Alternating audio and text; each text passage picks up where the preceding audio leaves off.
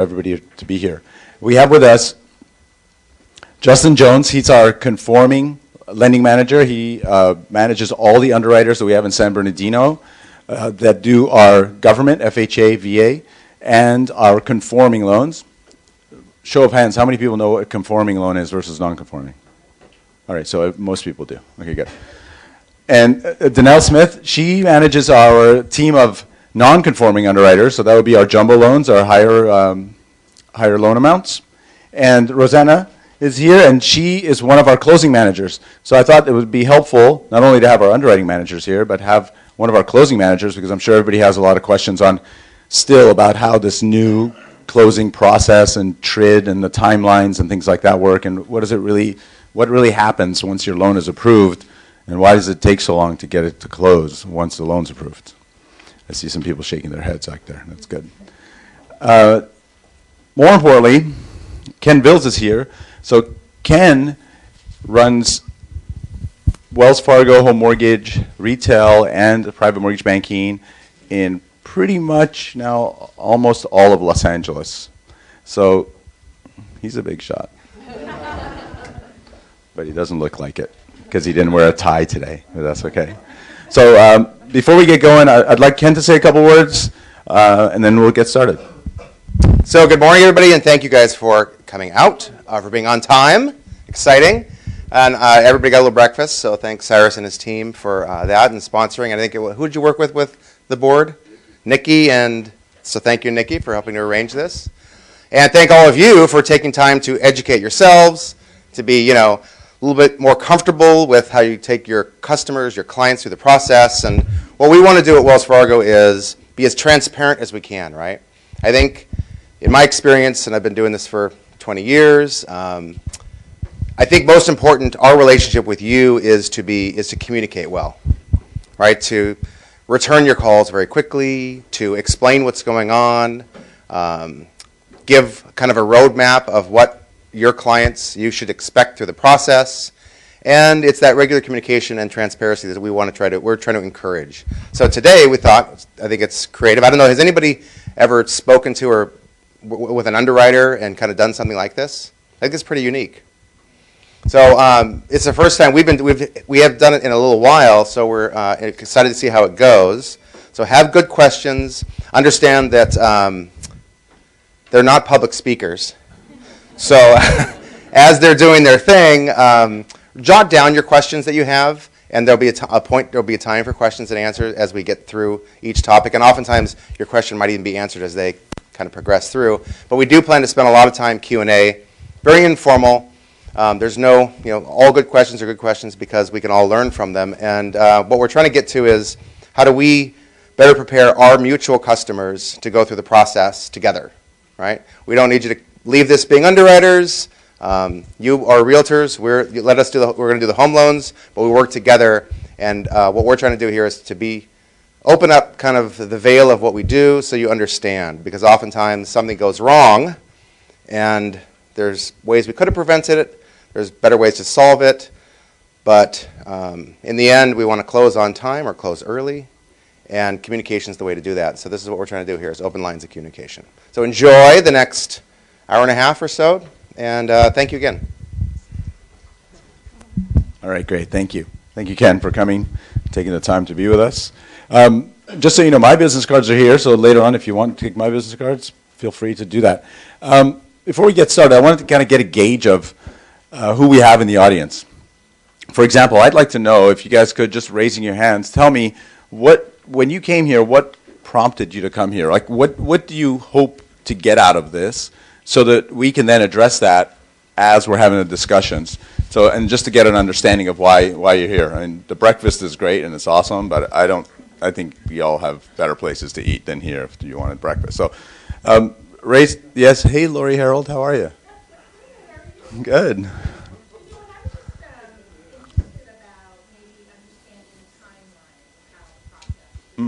Okay, good. Like how long does it, like when you submit a loan to an underwriter, how long does it typically take for underwriting to take a look at it and decision it?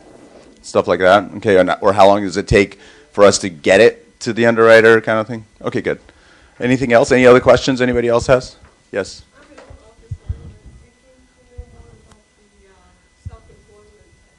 Oh, how do we look at self-employment income? Excellent. Okay, good. We can talk about that. Anything else you want to share with me as to why you guys are here? What would you like to learn? Yes. Guidelines about commercial. Commercial. So we're not going to address commercial here. We're just going to talk about purely residential, but I can get you to somebody that can answer all your questions about commercial lending. And just what you're looking at, what the actual guidelines are. Gotcha. Specifically on On residential. on residential, like Yeah. income. What are you looking for? Income, Exactly. credit, that kind of thing. Her also for self-employed. Self-employed. Like what happens to self-employed people? I see. Okay. Current guidelines about an owner-occupied buyer of a duplex and whether he'll be allowed to count the rental income on the non-occupied unit. Gotcha. So if you're buying units, whether it's a duplex, threeplex, or fourplex, if you're going to occupy one of the units, will you be able to use the income on the remaining units? This particular buyer does not have a history Of rent. income on his tax return. But they're going to occupy that unit, right? Okay, good. We'll address that. Anything else? Yes. It seems more than likely in my transactions there's some hiccup with the loan or the process. So I was just looking for more awareness and Like- hopefully skip some of those going forward. Like why there would be a hiccup in the transaction? Okay, and how we can avoid it. That's awesome. Another one is the guidelines for owner-occupied in a building, in units, in condos. So what's the ratio? Has that Got it. changed? Collateral. That'll be like a collateral question. Like, what do we look for in a condo project? Why some projects are acceptable, some are not acceptable, and what's the specific guideline that you guys can look at on that? Okay. Anything else that you guys specifically want to address? That side of the room is beating you guys, and there's more of you here, by the way. Right now we have a client who we were told when they get into escrow, they can make an exception or ask for an exception because they're not qualifying for what they need at the moment, but he thinks they can get it if they make an exception. Just wondering how that works. Okay, so we'll talk about exception process. Yeah, that Danelle's taking great quick questions. That's all her. The impact of second loan on first, and if, let's say, somebody is approved and they go ahead and take HELOC on second loan, On let's say they own a house other house, and they want to buy another one, and they go and get a HELOC on the house that they're going to be leaving. What effect does that have? Okay, that's more general. We'll talk about that. Did you have a question? No. Yeah, it was kind of like, you guys are kind of like a black box. When it goes to the loan officer, it kind of goes back into you. You guys do things right, but nobody really has a clue what goes on in there. So did everybody hear what he was saying? What's your name, by the way? Nick. So did everybody hear what Nick was saying? I think that's really covers almost everybody's questions here. And that's why we wanted to do this. Nick was saying, it seems as though when the loan goes in, it goes into some little black box and nobody knows what goes on in there until hopefully it comes out the other end, right? And everybody, like you say, hey, when am I going to get an answer? I don't know. I'll let you know whenever it comes out, right? Okay, good. So the whole reason while we're here, the general reason we're here is because we want to make sure that we have that transparency so that you guys can understand, like, what happens to underwriters. Like, how many people thought underwriters have, like, horns and a tail and stuff like that? Yeah, exactly, see? So they do a good job tucking it away. I asked them to, like, So, yes, you had a question in the back. I wanted to know if a buyer is in escrow buying a 3-unit common building, and then in the meanwhile, he's refinancing his home. Is that a bad idea? From the same lender? Okay, so for example, that would be a reason for having a hiccup. But we can talk about that. I can probably give her a quick answer on that right now. Oh, go ahead. It depends. If you're refinancing and lowering the payment and doing He has no loan on his home. This is not my client. I'm the seller's agent. Okay. And this is the buyer. And he didn't even disclose that to his own agent until we do the inspection. He's telling me this. I say, what? That might be a cough more than a hiccup. it might it would hurt the qualifying ratios. If he currently owns it free and clear and then he goes out and gets mortgage at the same time, I wouldn't advise he does that, but I don't know the whole picture. So Okay, last question, and then we'll get going. Can you discuss how you look at the money coming from overseas, how you guys approve that? Great question. Money from overseas. Awesome. That was one of our things that we had talked about. It's not a hiccup, right?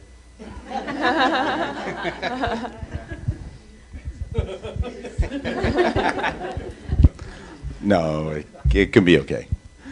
All right, good. So let's get started. We had some questions already laid out. Nikki, am I doing okay over there? Am I hitting my spots? Yes, ma'am. All right, so what we had done was we had broken down the questions that I'm going to ask our panelists. Certain things apply to both conforming and non-conforming. And certain things apply to conforming and don't apply to non-conforming and vice versa. And certain set of questions really apply at the closing, but it's related to what happens to the whole process. So I wanted to make sure that you guys kind of get an idea of how we came up with it.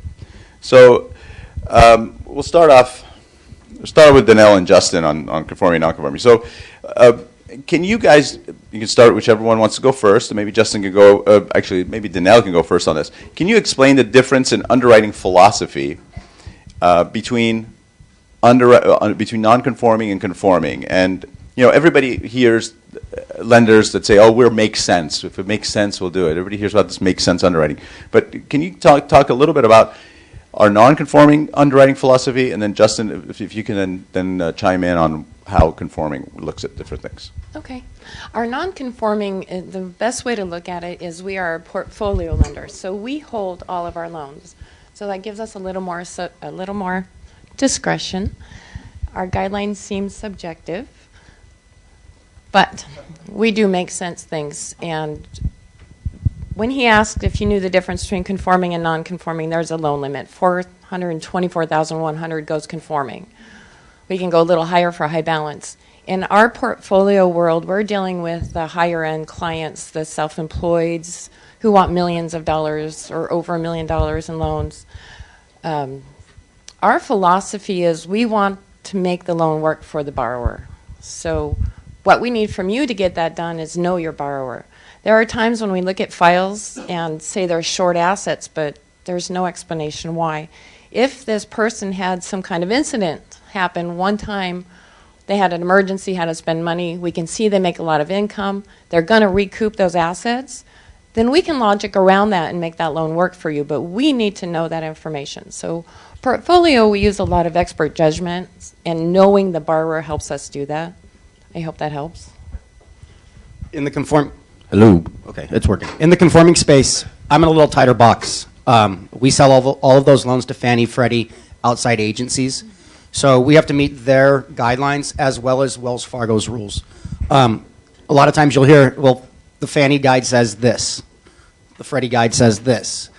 Wells Fargo has their overlays based on both of them so that we can get the best out of both worlds. Sometimes we run into a hiccup, but we can generally get around it with exceptions and different things like that.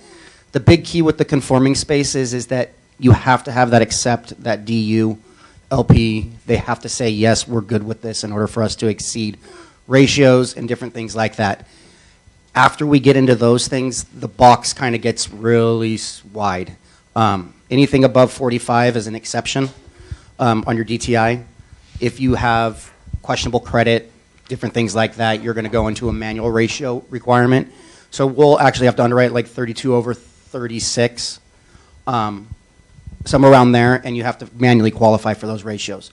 Good thing is if your borrower has lots of good credit, they're a solid credit profile, generally you're going to get that accept, and we should be able to give you guys credit warranties and things like that. So does everybody know what ratios are? Just because we're talking jargon here a little bit. So the ratios are, the top ratio is the housing ratio. So it's the percentage of the borrower's gross monthly income that's being used for their housing expense, including their taxes and their insurance. The bottom ratio, so when Justin said 32 over 36, 32 means 32% of your gross monthly income can be used towards your housing expense only, and 36% can be your housing and any other long-term expenses like car payments, credit cards, student loans, stuff like that. So it's a percentage of your gross monthly income that Justin is talking about. And so, do you guys are you familiar with who Fannie Mae and Freddie Mac are? Fannie and Freddie. So these are the government-sponsored entities that all lenders sell their conforming loans to. So all lenders, if you're doing these conforming loan amounts, need to stick to Fannie Mae or Freddie Mac guidelines. So the guidelines don't change from lender to lender. It's always the same guidelines when you're dealing with conforming loan amounts. Okay, so that's why Justin was saying his box is a little bit narrower. It's because the government kind of defines how you do certain things based on their rules and their regulations, and those are pretty much the same across the board for all lenders. When it comes to Denel and our non-conforming, we truly are the world's largest portfolio lender. This stuff goes in our portfolio, right? And if we feel that that borrower really, that makes sense, so that they're that borrower that we want to keep in our portfolio for the next 30 years, we'll kind of figure out what we need to do, okay? That's right, and we can do debt ratios up to 45 with my underwriters, and within our building, we can go up to 50 on the back end. And again, that's your mortgage payment and all your liabilities divided by your gross income. But that takes an exception to get it there, and we're looking for the portfolio borrower. We're looking for someone we really want to hold and has a lot of assets, long time on job, but we are capable of doing those things. So let's talk about, now that you brought up the word exception, one of the questions was exception, right? You said they're getting an escrow and they're hoping to get an exception. That Okay? scares me. Yeah. So, Justin, do you want to take your exception process and how that works? Yeah, so let's talk about the exceptions. So one of the cool things that Wells Fargo can do is we can take your loan application and we can actually get it a pre-approval. We can get your exception, and we can give you guys a commitment letter before you're in escrow. All you got to do is come in here and do it. Cyrus can take care of that stuff. The exception process is a little bit different. When we when we do not meet the guideline, and we have different exceptions, there's hundreds of exceptions that we can do. We have to take it, we send it up to a secondary underwriter who looks at it and makes a determination whether or not we should do it or not do it, based on layers of risk, debt-to-income ratio, which we talked about, payment shock, what's your current housing currently, what's your housing going to be, what are your reserves, how many asset, I don't talk in front of people, I'm sorry. What are your assets after closing? Are you able to maintain that house afterwards? Do you have 12 months of reserves after closing? You know, those things all help to layer up where we go and whether or not we'll make those types of exceptions. Longevity on employment. If you have 5 or 6, 7 different jobs in the last 2 years and you want me to do an exception up to 50% and you have no reserves, probably not going to do that. You've been on the job 16 years, you make you make solid stuff, you got a little high DTI, we'll probably do that.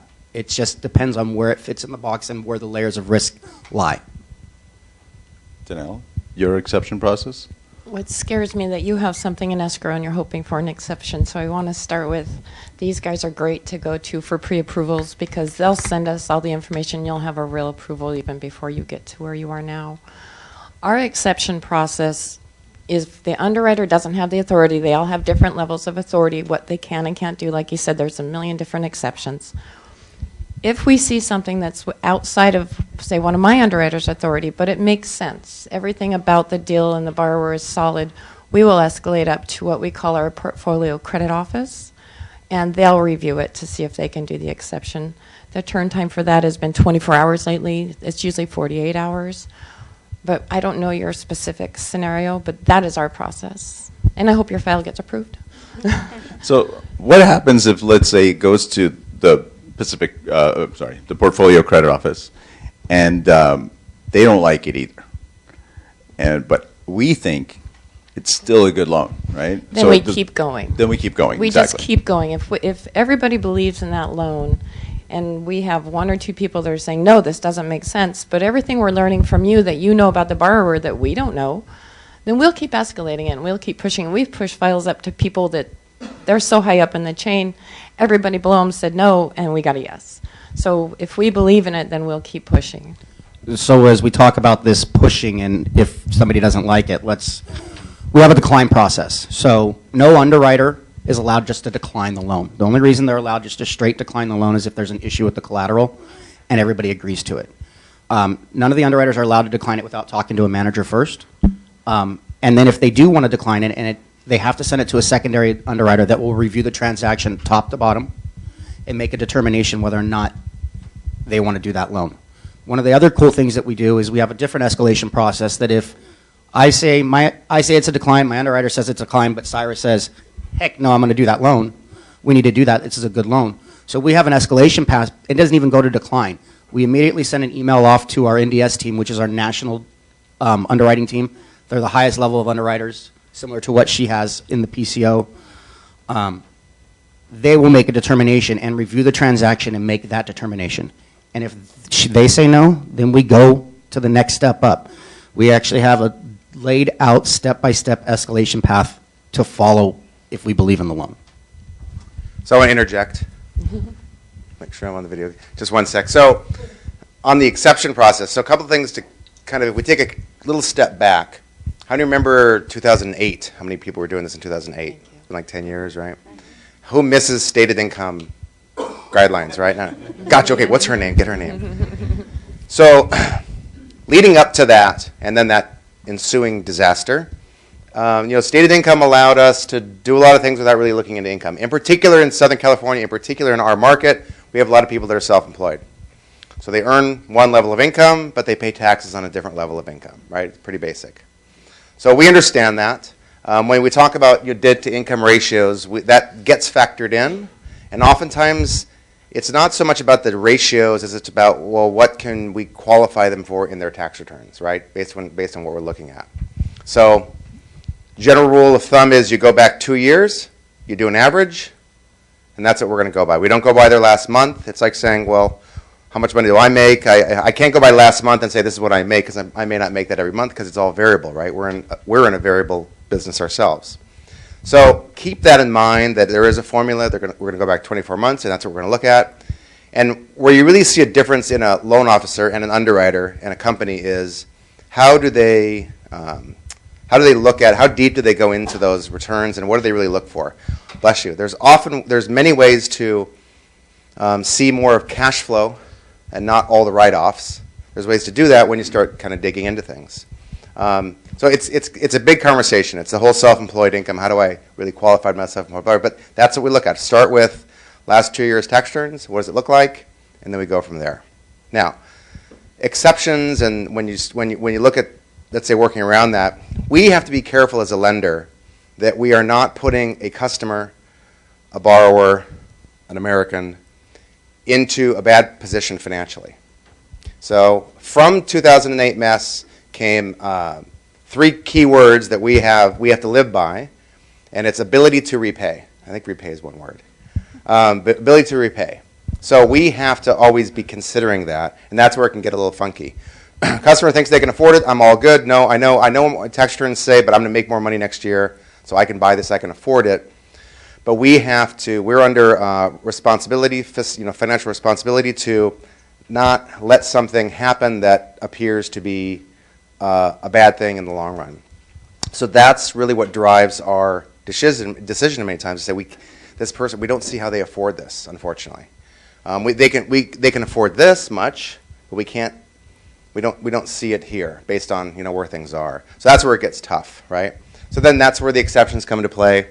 One thing I will say, knowing the industry, knowing the business, is at Wells Fargo, the good news is we have very direct access to our underwriters. So again, you don't see this very often where underwriters come and talk to realtors. Our loan officers can talk to second level and third level underwriters. So what they're talking about is, as they go up levels and levels, if we believe in something, we're going to kind of go up a level and have somebody else. Oh, sorry, guys. It's very catchy. I know. It's supposed to catch my attention. So that's what they're talking about. So we really want to push hard now. In what that looks like to you, if we're not explaining this to you, if we're taking the black box approach right? If we're not explaining what we're doing, that's what can feel like it's taking a long time, is that going up levels and going up another level, right? So we have to do a good job of explaining what we're doing and why, because that's where we see the extended times. We don't want to just say no, that decline. We don't want to say no without really doing everything we can, and that's where we get extended times. And just hopefully we're explaining that to you, but that's one of the results of really fighting hard to make something work for the customer and giving it every ounce of effort we can. So, yes, Mr. Fretwell? One thing I'll add to that, though, is that sometimes we're just busy and volumes are heavy, and that's why it takes a little bit longer. So if it takes don't necessarily just be scared and think they're. Well, define a while. Well, you know what I mean. I know what you mean. A while is like a day. Yeah. So yeah. I just mean, just because it's taking time doesn't Yes. always mean that there's a problem. That's true. Very good point. Is it because you're taking longer? Is it because you go one level up, one level up, one level up? Why don't you just designate the right decision to the first or second level instead and save time instead of going all the way to the fourth, fifth, and sixth? I can answer that actually. What happens when we get in a loan typically is it shoots into us like it's this lower level credit decision, or because we've been given very basic information. The more information we get in, which I want to throw in, we hopefully can get that up front from now on. But the more information we get in, the higher risk the loan becomes. They've got overseas deposits. Those need to be addressed. So as soon as a loan comes in, it's firing to us as this easy peasy loan. The more we dig into it, the more layered risk we see. And we'll talk about layered risk in a while, I believe. That's when we know we have to start escalating.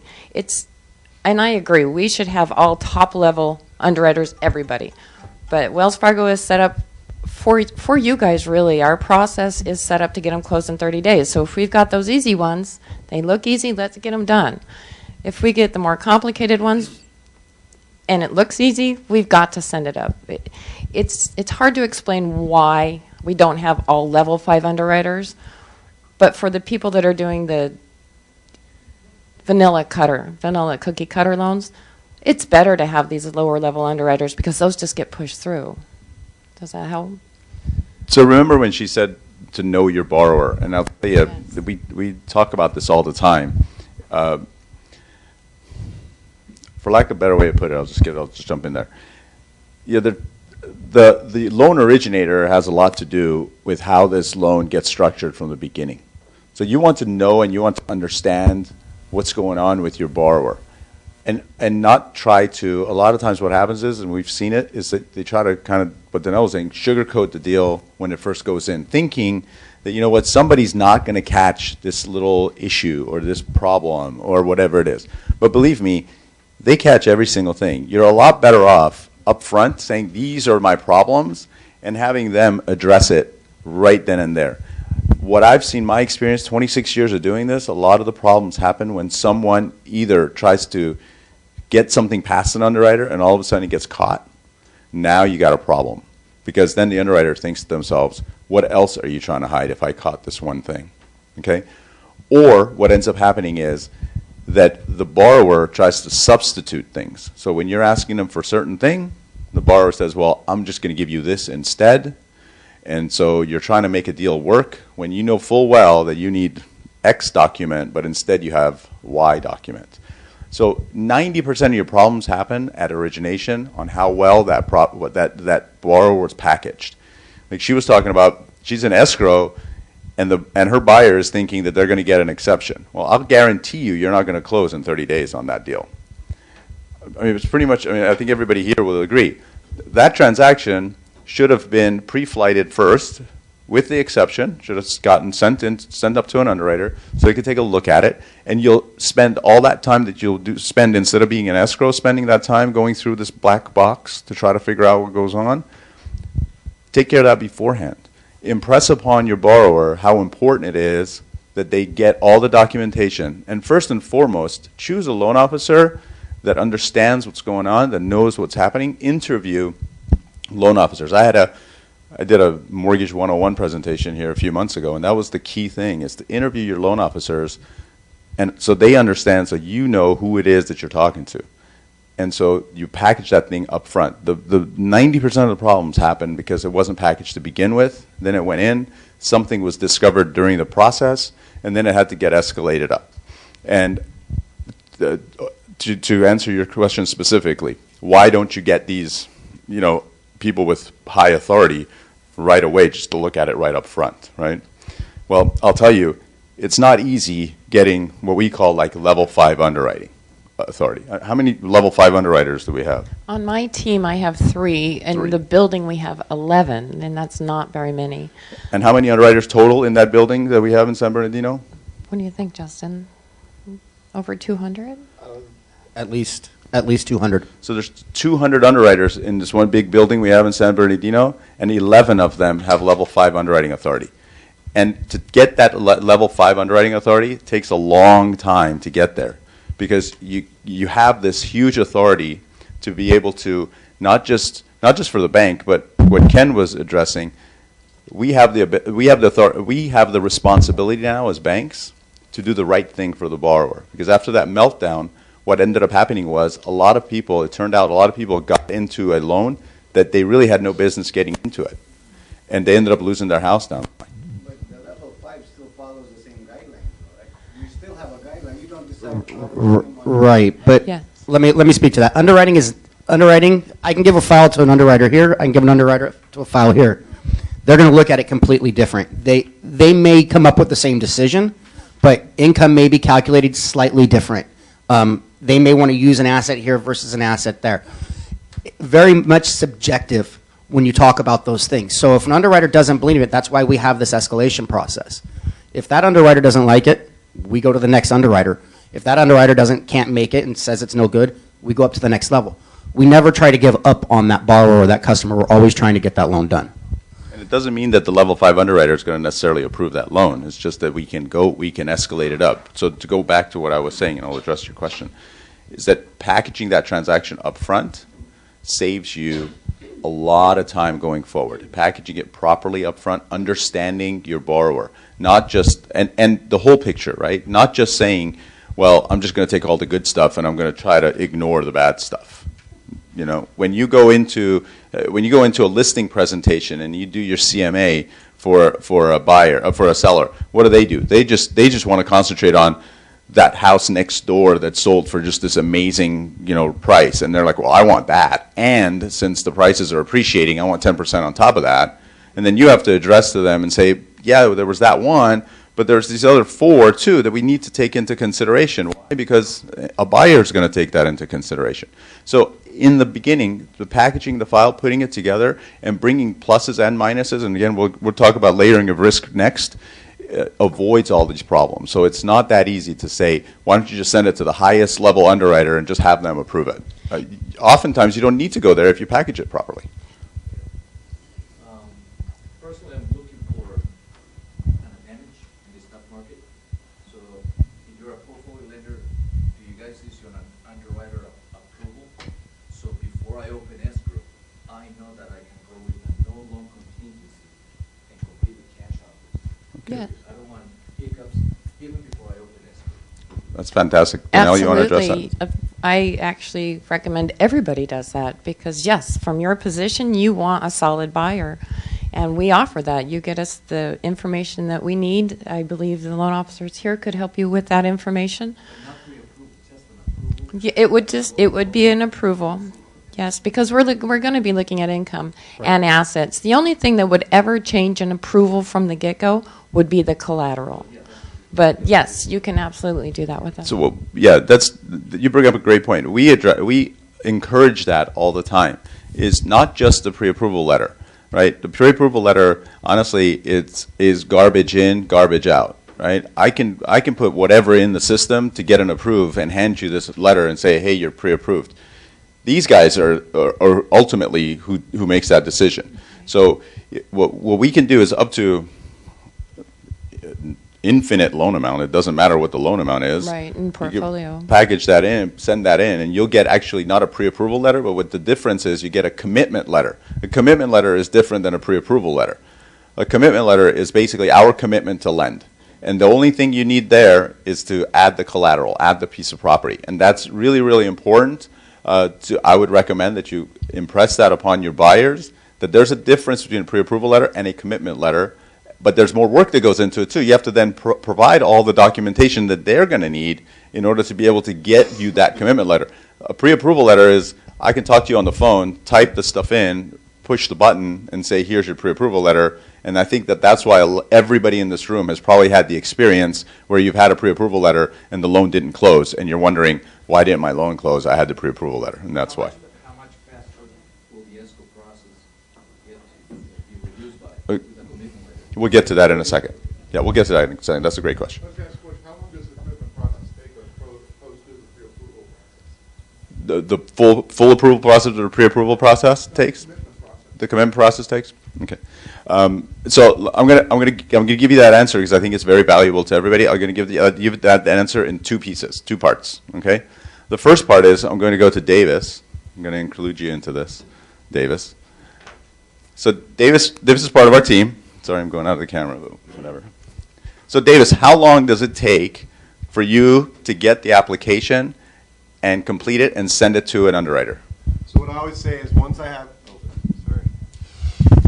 So what I always say is once I have all the documents I need, 5 to 7 business days to a commitment letter. Yeah, and it's usually faster than that, but I try to err on the side of caution. So how many days is it that you take with the borrower before you send it to the underwriter? Well, on average. Hopefully it's all, it depends on how committed the borrower is. But Just your average. What is it? yeah, usually 1 day. 1 day. Okay. So it takes Davis 1 day if the borrower's really committed and gets us bank statements, pay stubs, tax returns, whatever. And then Danelle and Justin, how long does it typically take once you guys get the loan in order to get a loan decisioned and get that commitment letter issued? We're running about 24 to 48 hours right now. When someone like Davis puts together a package, it's beautiful because he gets everything we need, and we know what level underwriter to send it to because he has disclosed the good and the bad. So we're at 24 to 48 hours. In the conforming government space, we are currently, everything that came in yesterday is on deck with an underwriter to be done today. So every decision that is on there and every purchase recon that we have right now is on there as well. A recon is the conditions in this that we ask for to get it through so that we can get it clear to close and get you guys docs. So if we're going to add up all these days, I would go with what Davis was saying. It takes real days, about 7 to 10 days, given that hardly ever does a borrower on the day that you take the application, do they have everything we need. So give them, let's say, 3 to 4 days to get us everything they need. Then Davis packages it up, give it 24 hours, 48 hours, then another 2 days over there, add it all up, go about 7 to 10 days. You'll have full commitment letter. And that does make up your time in the escrow. It seems to slow you down at the beginning, but once you have all your ducks in a row, when you get to escrow, it should just fly right through for you. The only thing that's remaining then, to answer your question, would be the appraisal. Appraisals right now, turn times are a week, approximately. Right now, turn times are about a week in appraisal, so that takes a week there. And then how long does it take for escrow to generate escrow instructions, for a title to get us a prelim? How long does it take for you guys to do your home inspection? If you're doing pest inspection, how long does that take? It really, so to answer your question, how long does it cut from the escrow period? It's really the loan part is done. It's really how long does it now take for you guys to do everything that you need to do? So, provided that it's done under normal circumstances, by open escrow with a commitment letter, can you close in 20? Yes.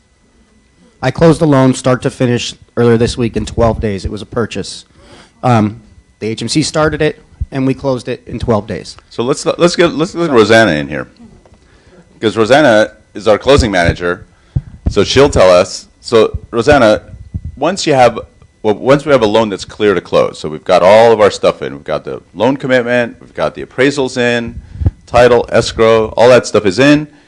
How long does it take to get the closing disclosure, the CD out, and then from there, how long does it take for us to get loan documents, funding, and recording, right? That's kind of the question that everybody asks. Could you talk to us about that process? Sure. So once the file clears to close, with purchases, we're turning CDs around in 24 hours or less. And then after that, for refis, we're at 48 hours right now. And once that CD's out, obviously we have that timing to wait the 3 days. But as soon as we get those docs out and the borrower signs, we actually can sign, fund, and record the same day. We don't have an issue with waiting a couple of days to have that process done. So this is critical. This is really critical, and it's a difference maker to us. Is that for us, when you sign your loan documents, let's say you sign them at 9 o'clock in the morning, you make an appointment really early with your escrow officer, borrower goes in, and they've managed to wire their money in also. So that's the key, right? They have to wire their money in. If they sign loan documents at 9 o'clock in the morning, or even 10, and you get the loan documents, all they need to do is fax back what 10 or 15 pages, right? Correct. Fax or email back 10 or 15 pages of those loan documents back to their funder. We can then fund that loan the same day that they sign the loan documents. The recording part depends on what county you're in. LA County is very difficult to get a special record same day, but Riverside, Orange County, you could do the same day. And that's really critical because most other lenders, I mean, you guys know, you get your loan documents signed, then you have to FedEx the loan documents back to the funder. Sometimes it takes them 48 hours to review the loan documents and then fund the loan. And God forbid, sometimes what they even do is they do what they call a soft credit pull before funding, which is they kind of re-pull credit just to see nothing's changed. And oh my gosh, if they went out and bought a refrigerator because they thought that it was ready to go, that can blow up your whole deal then. We don't do a soft credit pull. The credit we pull at the beginning is good for 120 days. It stays in the file. As long as it's 120 days, then it's good. We use that same credit report that we pulled. So you save a lot of time at the end, and that's kind of a unique process that Rosanna and her team have devised for us. Definitely. Okay. So yes, you had a question. Yeah. What are the priorities, home purchases or refis? Oh, that's like the easiest question that ever is going to get asked in here. Purchase. It would seem that home purchases are, but I did a lot of loans with Wells Fargo, and it seems like the time was just very long versus when I changed to a small brokerage or something that put attention to it. Not that I have anything against Wells Fargo because I love the bank, but it's just. No, I hear you. So no, I'm glad you're bringing it up. So how many people here believe that it takes just a lot longer to close a deal at Wells Fargo or a big bank, or let's just talk about Wells Fargo, than it does at a small broker shop?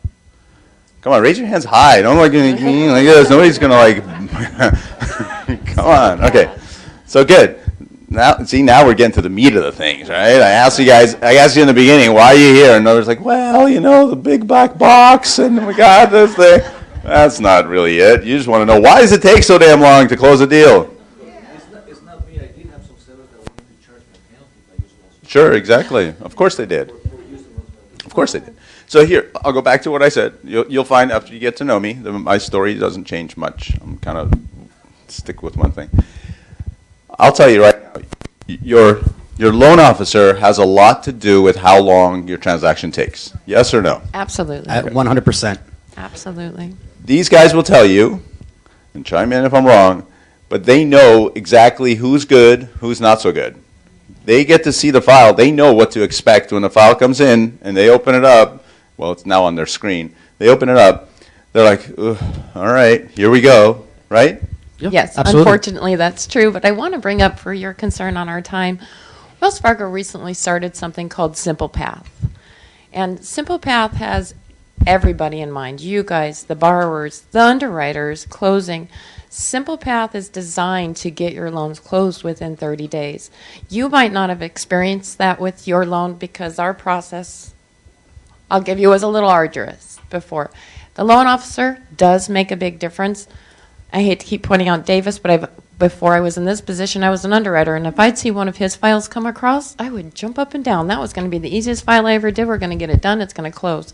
So the loan officer does make a really big difference. So even if let's just say everything is perfect, 780 FICO score, proof of income, on the job, 18 years, big down payment, 20% plus, why does it still take 45 days? It shouldn't. Close a loan? It shouldn't. It shouldn't. It shouldn't. Especially in our new Simple Path. That I haven't seen that happen since we've started this. shouldn't, because- Unless you've had something escalated. Job gaps, large deposits from overseas might slow it down. Nothing like that. Yeah, so I think what happens is we close a lot of loans, and a lot of them, 90% of them close on time. 10% don't. Whatever happened there, I don't know. We could dig into it aside. Yeah. So that's what happens when we are, because we do so many loans. You know, you guys see Wells Fargo often. It's Wells Fargo B of A, Wells Fargo B of A. I mean, we are, between the two of us, we're 30% of the market around here. There's a little, what's the online one? The Rocket Mortgage guys. The Rocket Mortgage, they've been quicking. So again, we've got, we track this, but 90% close on time, 10% don't, things go wrong. So what I would say is, do you know the manager of your loan officer? So that's who, okay, maybe we should talk after. Because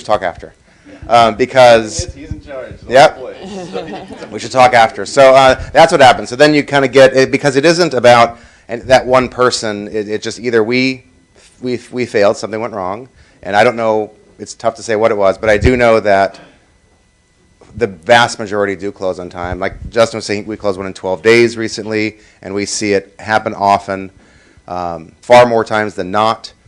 But if you did see that, it's something we should talk about. I don't know. It's tough to say, but we're going to have that. Just to let you know, Mhm. I've been in the business about 25 years, Mhm. and I've also been on the loan side as well. Mhm. So I know how to package everything. Yeah. Before I even talk to a loan officer. Right. I have everything. Right. Paycheck stubs, bank statements, proof of funds, everything ready to go. And there should be no reason why a 30-day escrow should take 45 or longer. I agree. Why don't we dig into Yeah, your I agree. situation specifically? Okay, Yeah. Because it shouldn't be taking that long. Well, it's been a while since I stopped. Yeah. Yeah. Sure. We'll get to that. Sure. Yeah. But if I can be reassured that that won't happen, then maybe I can. Not until I talk to you one-on-one. But yes, I will reassure you once I find out what happened. Absolutely. Absolutely. And the good news is if you, hopefully none of you ever have that happen to you, but if you reach out to the manager, they're going to reach out to the underwriting manager, and we're going to reach out to everybody and their mother and go, what's going on? This needs to be a priority, because we do have open communication with sales. So hopefully you won't have to see I'll that. share some of the stuff that we do when she was talking about the simple path. I'm on a call with Ken and his managers every single day. We talk about any purchase that's behind the close of escrow. We're trying to have these conversations, bring up any files that we have ready to go. We talk about it, we bring it in, we put it on deck with the underwriters if we need to. We move files around. I push Davis's files to the back because I don't like him. No, I'm just kidding. But we move stuff around, we do it. We want to hit your COEs. If you guys leave here, know that Wells Fargo wants to hit your close of escrow. We absolutely do. So I think you get the sense that somebody doesn't care, but that's not true. Okay, unfortunately, that's the sense that you've gotten, but that's really not the case. So the good thing is, Well, I could hear the same kind of excuses, like everything's bottlenecked, or it's here or it's there or whatever. Sure. And I keep hearing that over and over. And a lot of times it's, we got a flood of refis. Right. Well, they only have 3 level 5, so. We got 4. So yeah. you don't need level 5. Yeah, level 5 is really high up there. Sure. My wife do business with people, and Yeah. sometimes it stops. I understand, and that's what we need to regain your confidence. So let's give us a shot, and let's see what we can do. Yeah. We had a question here. Yes. Self-employed borrower. Yep. Conforming loan amount. Okay. DTI fails on 1040s. Can you escalate that to non-conforming if you'll pay the pricing and underwrite it by the non-conforming type standards you mentioned earlier? Yes. So wait. Next question. Oh, no? I can't just say yes? No. No. No, we have rules. You can't say yes to everything, can We have rules. So, yes, the answer is yes, we can. But the cool thing is we actually do cash flow now in conforming. So we actually look at the cash flow. It's the money that the borrower actually physically gets. We look at distributions. We look at, just like a non-conforming cash flow type of piece, we are doing that on the conforming side as well. Government, FHA, Difference. they haven't gotten there yet. So Justin, hold on a second. So to address your question, because I think it's good for everybody to know. So the question was, if you have a transaction that doesn't fit into that conforming box when it comes to self-employed income analysis, and we'll talk about that, can you then escalate it to, or change it to go to non-conforming? And the other component you asked was if they're willing to pay the price, presuming that the non-conforming interest rate is higher than the conforming interest rate, right? Okay, so let me tackle the easy one first, and then you can talk to both of you can talk about the difficult part. So the easy one is our non-conforming interest rates, our pricing is actually better than our conforming pricing, okay? So there isn't a hit. So the jumbo loans actually have lower rates typically than the non-conforming rates, okay? And that's because as a depository bank, our cost of funds is much lower than anybody else that's out there. So how many people bank at Wells Fargo? Very good. It's about right. When you walk into a bank branch, assuming you've been into a bank branch lately, if you go to a bank branch, have you ever looked on the thing, like the CDs, how much do they give you on like a 1-year CD? 0.00001. And you're being generous. And you're being generous. So the cost of funds is super duper low. And since we are 100% a portfolio lender when it comes to non-conforming or the jumbo stuff, so our cost of funds is super low. So therefore, when we do our non-conforming loans, the rates are also extremely low. So there's no penalty to pay to go to non-conforming. Now the question becomes, can you switch? Why doesn't everything go non-conforming? And the reason is because if it is 424 now is the limit, if it's at 424 or lower is the loan amount, it needs to go in the conforming bucket. So depends on what the loan amount is. Secondly, I'd like you guys to explain a little bit more about this cash flow. You threw out cash flow analysis. Could you please talk about what entails cash flow analysis and what's the difference between cash flow analysis of self-employed people versus just look at their tax returns on the bottom and say, this is how much you declare in income? I actually want to answer one other question for him first. If you have a conforming loan and it's not fitting into their box portfolio, we have our own money. We can do with it if we see it's reasonable as we please. There is a requirement to get a loan from conforming to non-conforming, and that's relationship with Wells Fargo.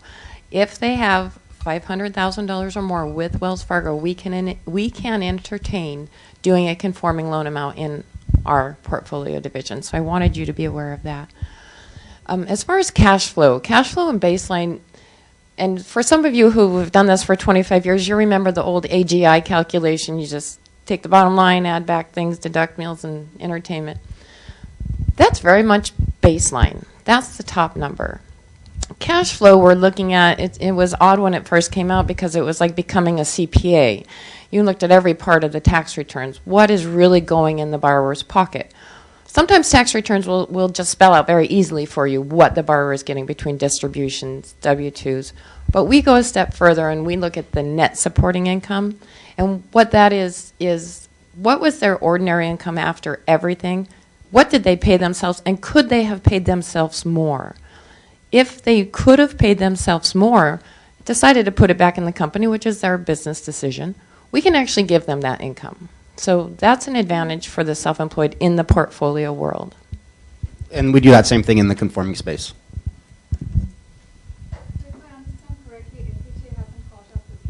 No. Correct. FHA, VA are not on cash flow yet. So we should encourage those kind of buyers who are looking for cash flows for investment property to actually shift to non-conforming. No, what you should do is encourage your borrower to talk to a very knowledgeable loan officer who will do that for you. If they're going FHA, they probably won't fit in portfolio. Right. You had a question. I have two questions. How long has the simple path been rolled out? When did we start that? Beginning of this year? End of last year?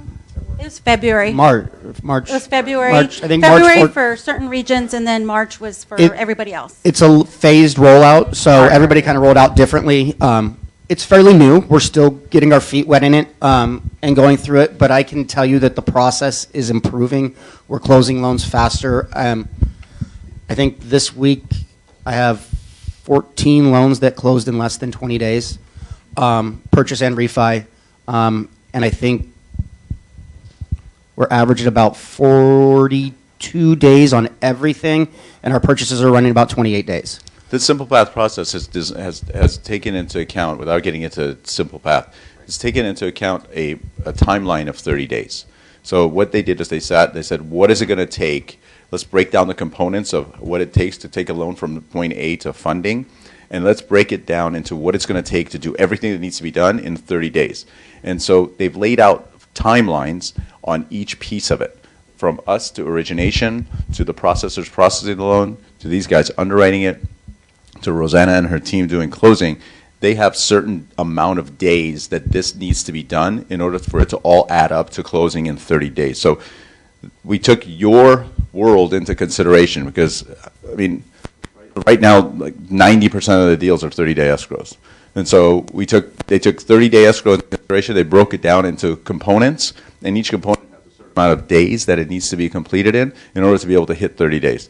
So that's where it came from, and that's why we are on a phone call every day with Justin and Danelle and Rosanna, and there's really crazy reporting on it. It shows every loan where it is in that pipeline, and as soon as it goes like one day over, it's like a big red column comes up, and that's the loan that you need to address to bring it back in line so that it still closes in 30 days. Okay, and then my second question is, you touched on that you guys will provide a commitment to lend. I just spoke with my mortgage broker from Wells Fargo who said that you can't do that. Is that like a new process? Or No. Are there different guidelines for that? No, it's been that way for years since since I can do it. Give me a 1003 in income asset docs, and I'll give you a commitment letter. And it's a commitment letter. Only thing that's missing is the property address. The question was, in the back, they didn't hear you. The question was, she said that we just said that we'll provide a commitment letter, but she just spoke with her mortgage person at Wells Fargo that said that we can't. Did they have enough information? I mean, I just asked if that was a possibility, because the lenders that I use, that's obviously, like you spoke about, being competitive in this market, especially the lower price point, like $500,000 price point. That's super important. So I asked her if that's something that she can provide, and she said Wells Fargo does not do that right now. So I just didn't know. Yes, we do. So I think and that's I have 4 of them on deck. I have 4 pre-approvals on deck today. I think she was misunderstanding. Yeah, She might be I thinking think you so want a as well. pre-approval without all the information first, which we can't do. Okay. Maybe this question to Rosanna about closing. So in theory. So everybody can hear you. Okay. It's a question about closing. Before you said that probably in theory we could sign loan docs, wire the money, fund, and record special in LA County in one day, right? So that we could do that?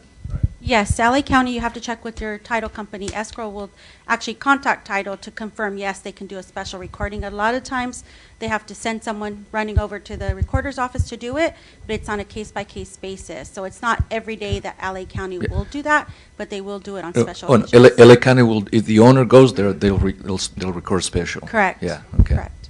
Okay, thank you. But basically, we do our piece. You sign, if you sign early enough, get it to Rosanna's team by, I would say, like noon, get those 15 pages, and then we can fund on the same day. And then the recording part is, out of our control, whatever happens. Okay, so let's get back on track. One last question, and we'll get back on track.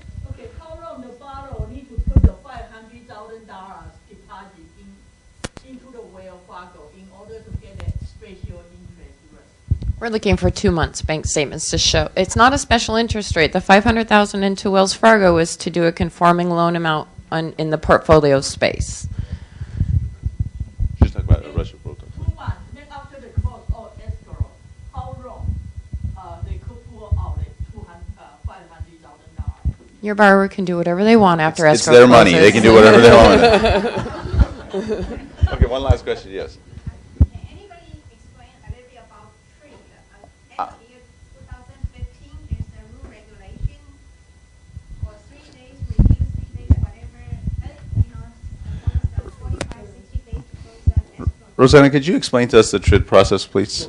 Sure, as best as I can. So the TRID process was put in place to help the customer, know what's going on with their file. Because I guess a lot of customers out there and consumers felt like they didn't get to see the documents in time, they didn't have information in order to sign, and then they would have hiccups at closing.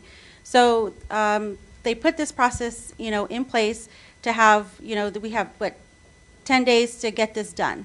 So for example, if a loan cleared today, most of our files, a lot of our files, we like to pre-work the files. So if we get it clear to close today and it's a purchase, we know it's urgent. So we'll look at that within 24 hours and get that CD out. Once we get the CD out, then the customer has 3 days to review that CD. There is a waiver out there. It's called a bona fide reason, where they don't have to wait the 3 days, but that gets escalated way up, and there's a lot of, It takes, and you don't want to. So sometimes you don't make that, the 3 days, you might as well just wait the 3 days, and after the 3 days, they can sign any time after that. So, Rosanna, I'm going to ask you a question because I think it's relevant to what you're saying. What do you think is the biggest reason that there's a delay when it gets to your section where it's at closing? What's the biggest delay on getting that closing document out for the borrower to review? Seller credit. Yay. So we were, the closer has already reviewed the file, went back and forth with escrow before it even cleared to close. We're pretty much on target as far as, getting it balanced. The only thing we need to do is prepaid interest and a couple little small fees. Then we get the CD out. All of a sudden we find out, oh, guess what? The seller wants to add a $500 credit or a $10,000 credit. That completely stops everything, because now we need to get an addendum, fully executed addendum, over to the underwriter, who in turn has to actually check with Opus and collateral and send that over for them to review and approve that. And if it causes the appraisal to be addressed, meaning they need to update it, now we have the appraisal delivery requirements. So I understand that what happens is on a 30-day escrow, you guys can correct me if I'm wrong, but on a 30-day escrow, you open escrow, about 4 or 5 days later you do your home inspection, and then the home inspector sometimes prints it out right there and gives it to the borrower, the inspection, sometimes it's the next day. And then it takes, I don't know, right, 2-3 days for you guys to get together with your buyer and go over it and kind of say, well, I want this fixed or that fixed. And you guys talk about it amongst yourselves between you and the buyer. And then, so now we're at, let's say, 10 or 12 or 13 days into escrow, and that's when you go to the seller and you say, hello, Mr. Seller, my buyer now wants this much credit because we found this kind of stuff. That's great. I'm seeing a lot of shaking heads. So now we're at week 2. You got 30 days. You got week 2. So then it takes, I don't know, 4 or 5 more days, because what happens when you go to the seller the first time and say, my buyer wants $10,000. I don't want to do it, right? And then you go back and forth. It's a whole nother negotiation process and takes another week. So now you're on week 3 of a 30-day escrow, and you came to the conclusion that you want the seller to pay $4,000 in closing. Well, the best thing you can do is communicate this negotiation with your loan officer so that they understand what's going on, right? Correct. So that all of a sudden, we're not chugging along saying 30 days, 30 days, 30 days, ready to go. Rosanna's ready to get that CD out, and then they get the phone call that says, guess what? The seller's going to pay $5,000 in closing costs. Puts the brakes on everything. Let's go back. Let's figure out what we got to do. So I would encourage you guys to understand that piece of it. Get these things negotiated as quickly as possible, and keep your loan officer in the loop on what's going on, right? Definitely, definitely. So the other thing that happens is, what about with escrow? So how's our process? How do we work with, once it comes to you, and then to get that CD out, we have to do what we call, the CD needs to balance, right? What does balancing mean, and what's the process to get that CD balanced with the settlement agent? So we need to make sure that everybody's engaged. If there's some kind of urgency because we're getting close to that close of escrow, we'll reach out to escrow. We'll make sure the loan officer is involved, the processor is involved, management's involved, so that we make sure that we meet this close of escrow. So we want to make sure that everybody's happy at the end with meeting that close of escrow, or if for whatever reason we're behind the 8 ball with the close of escrow because of collateral, appraisal, whatever it was in the front end, we're definitely going to try to get that closed right away. But definitely keeping an open line of communication with everybody involved. Just the other day I was on the phone call with an agent and the loan officer. And, they were explaining a $3,000 some kind of diligence credit, which this was a North Carolina property. I'm like, what the heck is that? What kind of credit is that? Is that a deposit? Is it a seller credit? We had to address it. So he was able to get the agent on the call, and we cleared it up within 5 minutes. It was an actual deposit that the customer made early on to the seller for the contingency, and he's just getting it back from the seller. So it was actually like a deposit. So it worked out where if everybody's on the same page with what the urgency is and getting everybody involved, the key people, especially escrow, then we're definitely going to get that loan closed. It's very important at the end to have the escrow officer be available to have the phone call. All it takes is, and correct me if I'm wrong, if the escrow officer can give 20 minutes of uninterrupted time to the closer, they can get that whole balancing thing done and the CD issued. Quite often what happens is the closer calls the escrow officer is busy, they can't take the phone call. They say, you know what, I'll call you back. So the closer puts the file aside, the escrow officer 2 hours later calls back the closer and says, okay, I'm ready for you, and guess what? The closer now says, well, I'm on the phone with another escrow officer talking about a different file, why don't I call you back? And then they call them back, and the escrow officer says, what? I'm not available because I'm talking to somebody else. So the best thing the escrow people can do, and you can communicate this to whoever you use as escrow officers, and we communicate that with our closers, is set aside a time. Say, you know what? At 3 p.m. today, we can talk for 20 minutes. And give them 20 minutes. You give 20 minutes, and that CD will go out. Correct. If it bounces back and forth, it might take, I don't know, 2 days, 3 days, because you can't get a hold of them, right? So that's really a key to that. Let's say, go ahead. Instead of calling it a seller credit, would it be easier if we have an amendment saying, seller now agrees to pay for LAC transfer tax or title insurance? And anytime you're amending the initial contract, all right, if you're changing what the deal was, then we need to change it around. Go ahead, Dennis. For the most part, once we have a fully executed agreement for that credit, I'd say it takes no more than 24 hours to get it addressed when you need it addressed. So it's not a huge deal, but we want to know as soon as possible.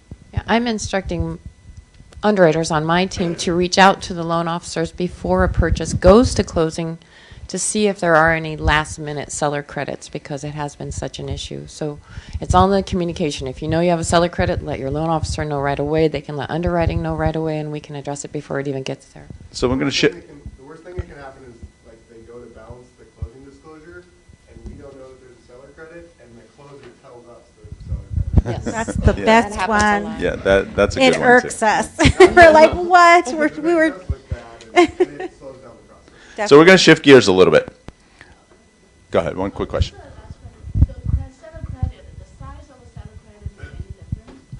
So the question is, does the size of the seller credit make a difference? Yes. Yes. Yes, it does. It depends. It depends on the transaction. Depends on the Typically, transaction. For my world, I would say 3%. Use that as an average. If it's greater than that, sometimes it can go higher, but let's use that just for conversation. If it goes over what we allow on our max, we need to start deducting from the purchase price. So seller credits are super important to be disclosed, and that's why it takes so long after they find out, because then we have appraisal compliance issues. Did the appraiser know that we were going to lower the purchase price? And that's where the whole world goes crazy. So I would keep in my mind a 3%. And also, you want to make sure that the seller credit, there's enough cost there. So if, say for example, we have lender credits, we have and seller credits, and your seller, the actual fees is only $10,000, but you have a $20,000 credit out there, you're not going to have enough. So we can't use that full $20,000 because then it starts taking away from their down payment. So it's important to know, again, communication with your loan officer is very, very important, because if you come back with a credit that's more than costs to cover it, so for example, like Rosanna was saying, let's say you have $10,000 as total costs, total closing costs is $10,000, and you negotiate $20,000 of a seller credit. You only have $10,000 of costs. The borrower can't walk away with that extra 10 grand. Right. So you need to make sure you communicate with your loan officer. Say, look, this is what we're talking about. Is that acceptable? Because then, if you have $20,000 of seller credit and there's only $10,000 of costs, the other $10,000 is going to go towards reducing the sale price by $10,000. The borrower can't make money from buying a house. Yeah, the borrower can't walk away with it. So we're going to shift gears here real quick so that we can address everything in a timely manner. So let's talk about this. I've had realtors and borrowers ask me this question. They're like, you know what? My borrower is putting 50% down. They're putting half down. Why are you making them give you income documentation? And why are you asking them, where's the money coming from? Why are you putting them through the ringer if they're putting 50% down? There's no risk for the bank. Why are you doing that? Why don't you just give them the money? What would you say to something like that?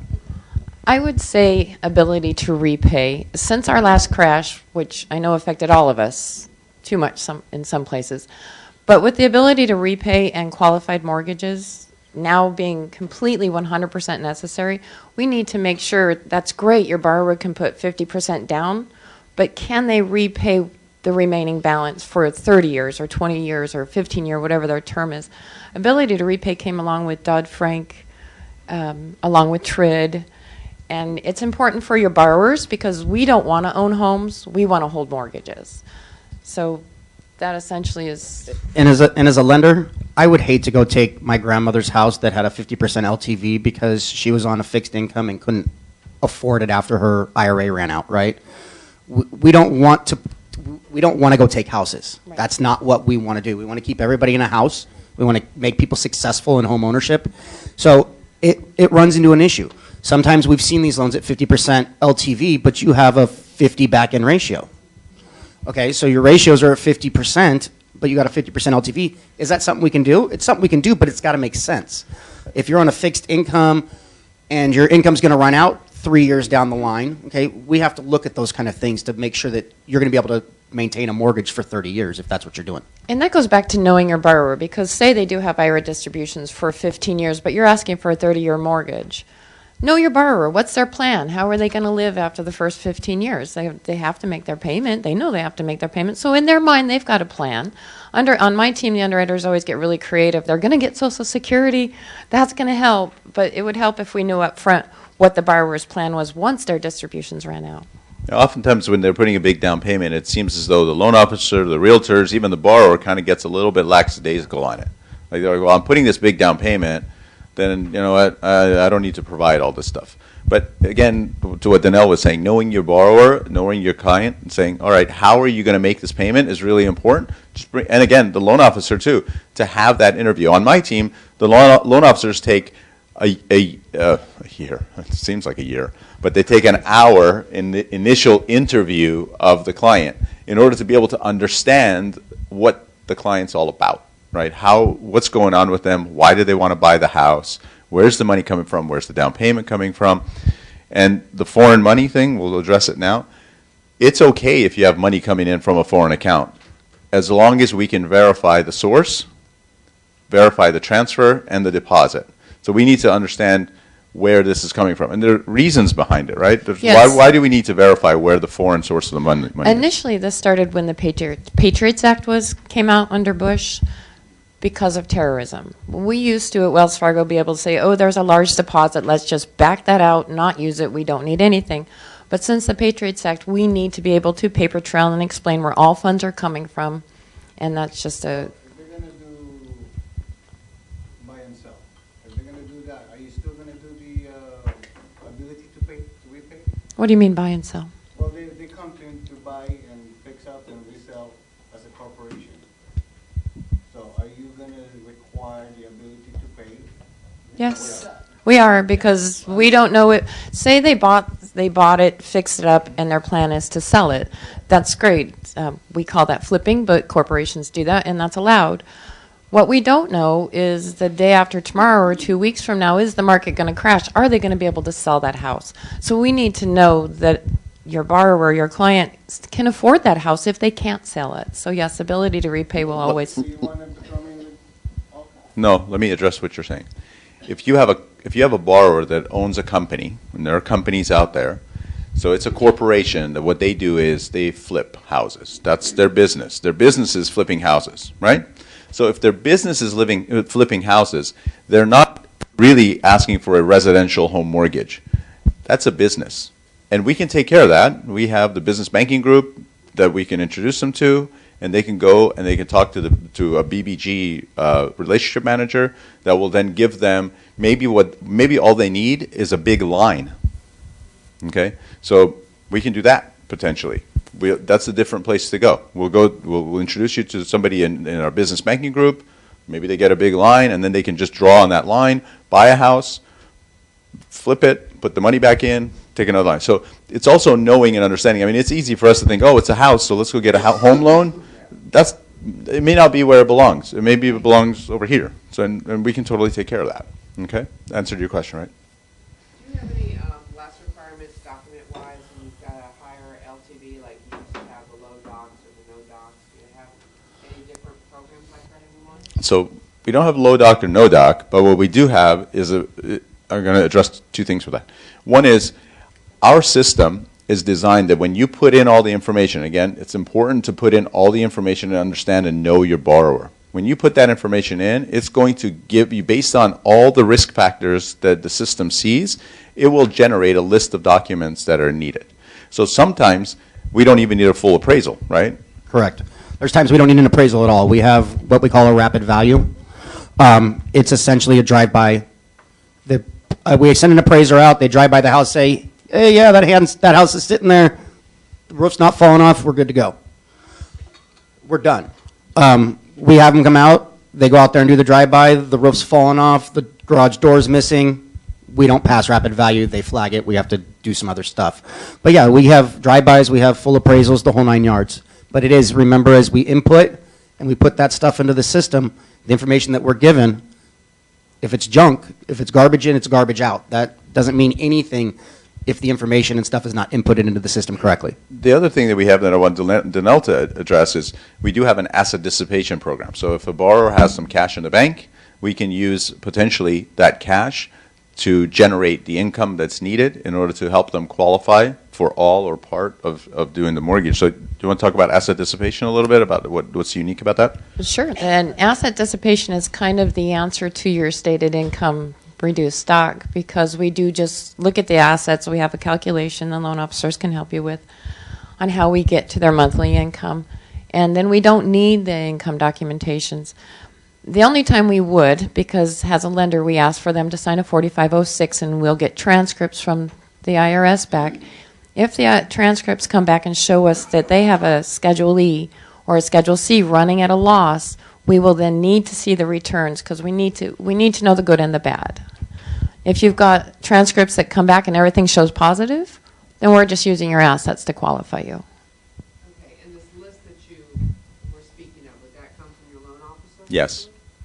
Yes. So there's a cool thing, we call it, everything has a marketing label, but we call it your loan tracker. Has anybody seen the commercial for the loan tracker on TV?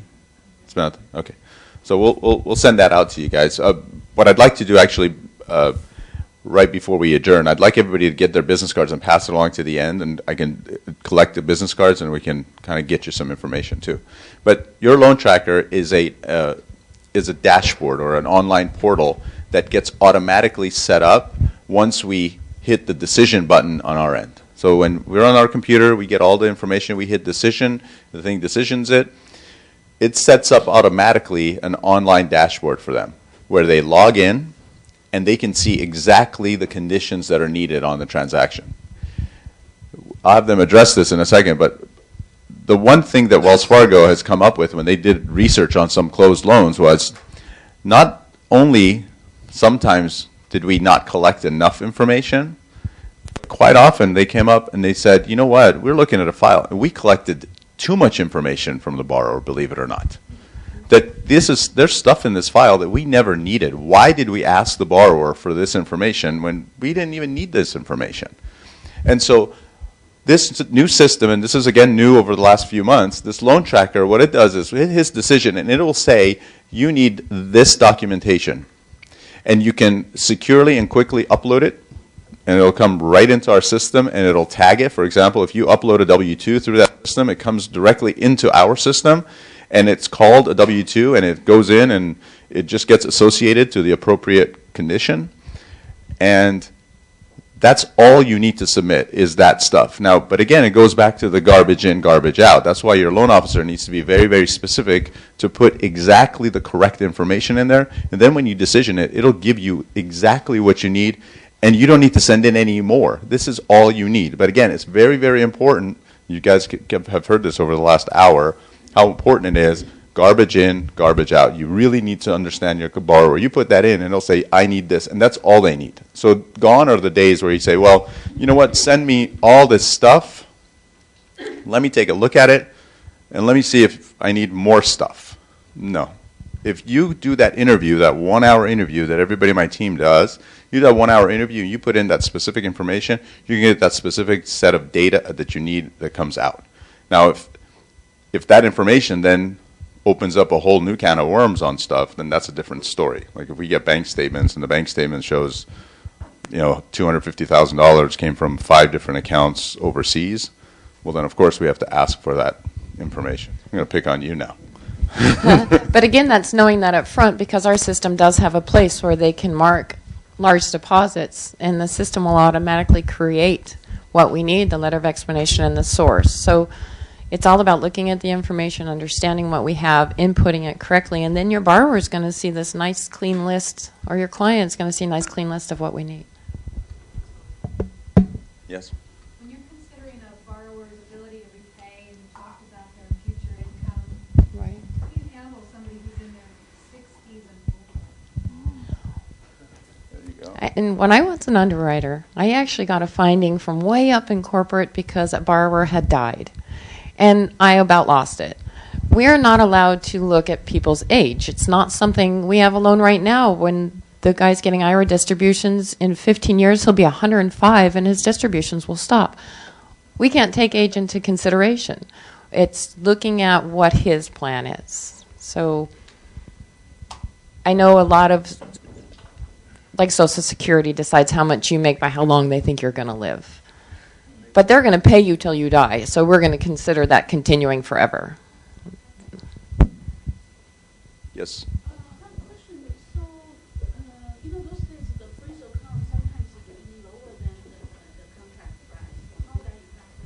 Okay, so we're gonna, that's good. Now we can shift gears to collateral if you wanted to. So the question is, sometimes the appraisal comes in lower than the sale price. What do we do with that? How does that affect us? For my team, for the non-conforming, and I'm sure for the conforming, they reach out to the sales banker or loan officer to reach out to you guys or the client and say, do you want to put more money down to cover it, or would you like to renegotiate?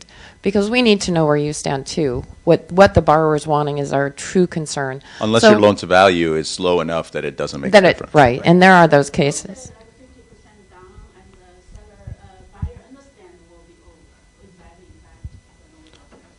It can. It messes with your LTV. So if you're at a 50% LTV and you have a $100,000 loan and you're short 10,000, okay, now we're going to a 60% LTV.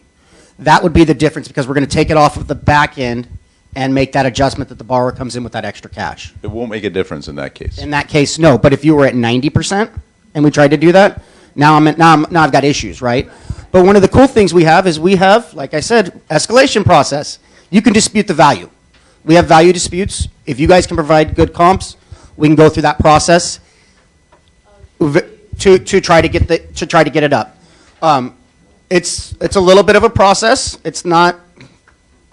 They're not generally going to increase it, but there are times they do. If the appraiser missed something, if there was a defect in the appraisal, we have that ability to go in there and do that as well. Can we talk about collateral a little bit more detailed? Like, for example, it's a lot of times people say, I want to buy a fixer-upper, right? And they go and they get into escrow, and it comes back and it says, oh, well, you know, the roof is bad, there's some broken windows, there's a hole in the wall where the dog used to sleep in the wall, he liked to sleep in the wall.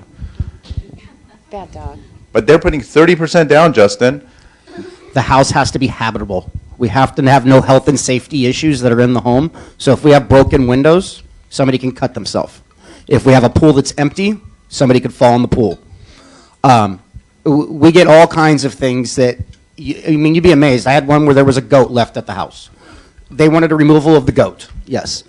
And it was negotiated in the contract. It was in the purchase contract that goat had to be removed. It happens. So absolutely. I mean, it goes all different directions. For us, with collateral, the appraiser will come back and either do the appraisal as is or subject to.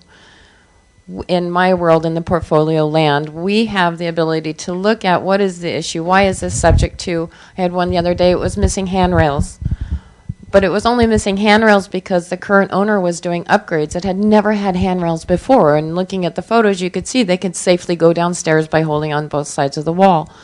So what we did on our end is we made an expert judgment, accepted the appraisal subject to, and received a cost to cure. How much is it going to cost for the new owners to put in those handrails? Verify the buyer has that money to pay that cost to cure and move forward. But again, health and safety issues are a big deal. In this case, we were lucky because the owner had lived there since 1984 and never had handrails before. And obviously from the photos didn't need them. If the bathroom's being upgraded or the plumbing doesn't work and they only have one bathroom, then we need that fixed. If they have 2 bathrooms, we can talk about it and do what they call a 1004D, which is an inspection later to make sure that work's completed. Was that what you're... So contract has section 1 clearance and seller gives credit. How that would impact? Okay, He's not doing clearance, he's giving credit. so I'm going to give you one other thing that makes sense. A lot of times people ask me, they say, do you require a termite report or termite clearance, right? The answer to that is, we only require it if it's in your contract. If you write it up in your contract and say there has to be a termite report and there has to be a clearance, then we're just going by what's in your contract. Unless the appraiser has come in and said there is so much damage from these termites, it's inhabitable, it's not safe, things are going to fall, then we're going to have issues. So remember that as a lender, once we have knowledge of it, we have to address it. So and just understand that. I mean, termite section 1, section 2, if it's health and safety, even if it's a section 2, in the conforming space, it would have to be fixed. If the appraiser says that the property is subject to, and we have to go back out there and do a final inspection for X, Y, and Z, in the conforming space, like she was able to do that exception over there, we would not be able to do that in the conforming space. That loan stays on our books. It wouldn't be something we could do because we have an incomplete appraisal. Yep. If it's, because section 1 is typically something that is critical enough that it needs to be fixed. The other thing that comes up is if you don't have termite in your contract, but all of a sudden it shows up in your settlement statement that there was a termite report done, then we need to see the report, right? Yeah, I mean, if we just see a termite report in there in the conforming world, it doesn't necessarily mean we're going to go after that termite report. If I see $20,000 in termite report, okay, I'm coming after it. If that makes sense. There's a line there, so we definitely want to know about it. That's how we are in portfolio as well. I think our limit's 500. If 500 or more shows up on the settlement statement, we're going to start asking questions. So Rosanna, do you want to address, have you had these kind of things and it stops the process to closing? Definitely. So a lot of the stuff that we see at closing that happens is termite. We'll see, $1,500 of repairs. And now we're questioning, was this ever addressed? We see no conditions out there for the actual termite, but now we have to go back and request that from escrows. And escrow says, well, we just found out, or it was just provided to us, so that needs to go back to underwriting. So termite is a big thing. One of the other things is vesting for closing. Vesting is very crucial to get that up front. The loan officer getting it, or the realtor, whatever it is, whoever it is that can get it to us, is very crucial because that will help alleviate any problems at the end.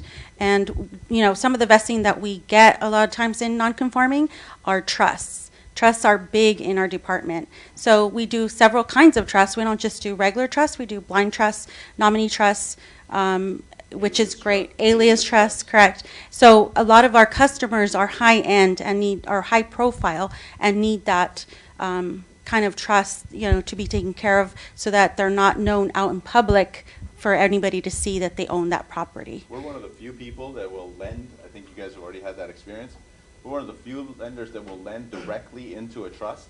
A lot of other people will say, well, lend to the individual, and then after it closes, put it in a trust, right? Have you guys ever heard that happening? Yeah. So we're one of the few places that I know of that will go ahead and directly put it right in the trust, okay? And not only just any trust, usually everybody else does just do it in like some kind of a family trust or a living trust.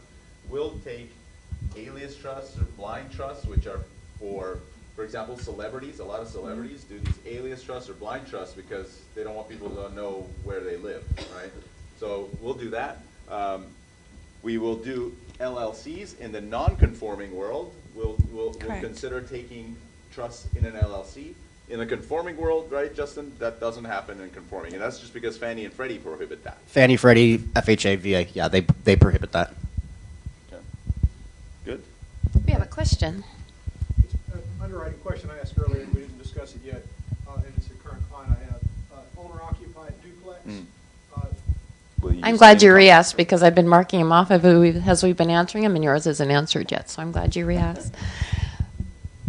your borrower is buying a So one second. duplex. Oh, yeah, go ahead. Repeat it so everybody else can hear what the question was. And so Sorry. I can get it straight in my head. Your client is wanting to buy a duplex. They're going to occupy one part and rent the other. I think I remember you saying they have no property management history prior. That's true. What I didn't say is it's possible that there's an existing tenant, and you can pick up the history, 12-month history on that existing tenant, and alternatively, let's assume there's not, because we don't know what duplex he's going to buy. Right, right. And that was actually my next question. In the guidelines, it states you need 2 years property management history. We know your client doesn't have it. So we would want to look at his overall picture. To be able to take that income into consideration, we would want to see there's a current tenant in there to be able to use that income, and that would be on an exception basis. We have an exception for it. We do. What's your loan amount? You don't know yet? Let's assume conforming for the moment. So if it's conforming, you can do it. You don't need anything. You can use the rental income. There's your answer. Yes. Even if there's not a tenant? Even if there's not a tenant. Wow, I thought we were nicer than If that. if the appraisal comes back and it says that the unit is vacant, we're going to ask why is it vacant and what's the anticipation, and we run with it. But the, Freddie, FHA? Fannie, Freddie, FHA is a little bit different, and I don't know that one right off the very tippy top of my head. I'd have to look it up, but there's a little bit of a nuance because FHA just changed their handbook, so I don't know it all off the top of my head. I'd have to look it up. But Davis or Cyrus can send me an email on it, and we can definitely look it up, and I'll get you an answer on it. Justin, we use the rents off the comparable rent schedule. Yep. Right. That's what I was going to say. Correct. I got 2 questions. let's have him. Okay, the first one has to do with Fannie Mae and That answered your student question. loans. I was reading in the forums, Fannie Mae is changing how they're handling student loans. Correct. So it's all still very new, so we're still I'm still trying to get the pieces. The short end of it is that if the payment's on the credit report, we're going to use the credit report. Before, if it was a $50,000 student loan and the payment was $86, we would say that's not reasonable that payment's $86 on a $50,000 loan. Now, we'll take that $86 and run with it. And that's completely different in my world. If you've got a portfolio borrower over the $424,100 limit that's coming to us, we're going to take 1.15% of the remaining balance of the student loan. The only way to get around that is to have your client provide a statement if it ends up being lower. If our 1.15% calculation is lower, then don't provide the statement. Right. But that's how we look at it. And let me elaborate. If there's no payment on the credit report, we're looking at 1%, or you have to document what the payment is. You have a question in the back. Back to the 2 units, what kind of ratio of the rent you use toward the cost? For conforming? Either. Okay, so conforming it's 75%. That's LTV. He said ratio. No. He's saying is if they have a The they have a vacancy 2 factor. units The and you had vacancy factor, correct? Yeah, What 75% of the rents is what we use. Is what we would use. And that's true in my world. So let's talk about. Yes, one more question. The second half of the question has to do with collateral. Being in the South Bay, there's lots of these little oil pumping stations around, and they also tend to be in FHA neighborhoods. It depends on how it's listed on title. Okay, so there's some FHA requirements and different things that we have to do with it. If it's on the location, how close is it to the house? There's some things that we have to go into. It's possible we can do it, though. Okay, the question is I've seen in neighborhoods where one house will be like 4 doors down, and they won't be able to get an FHA mortgage, but the house next to it has an FHA mortgage. I'm trying to figure out how. It's all about the location. So we can definitely look at it, and if you can get with one of these guys, I can go to pull the guidelines. I'm sorry, I don't know them all off my head with that kind of thing. That's a pretty in-depth one. I'd have to go look it up, but it's possible we can do it. From what I remember from doing FHA years ago, and it might have changed, they're going to look to see if that house burned down or fell to the ground, how is it going to be rebuilt? So that has to do with the zoning. And your one house might have been commercial, and the other one just a block away may have been residential. So if that might still be the answer to that. Yeah, one question. One quick question about appraisals and collateral. Yeah. How do you value solar panels? I had a case in which a buyer bought a property for exactly the same price as the other house. That was the latest comp, but he paid more because the solar panels were paid for, and we proved that there was a dramatic savings in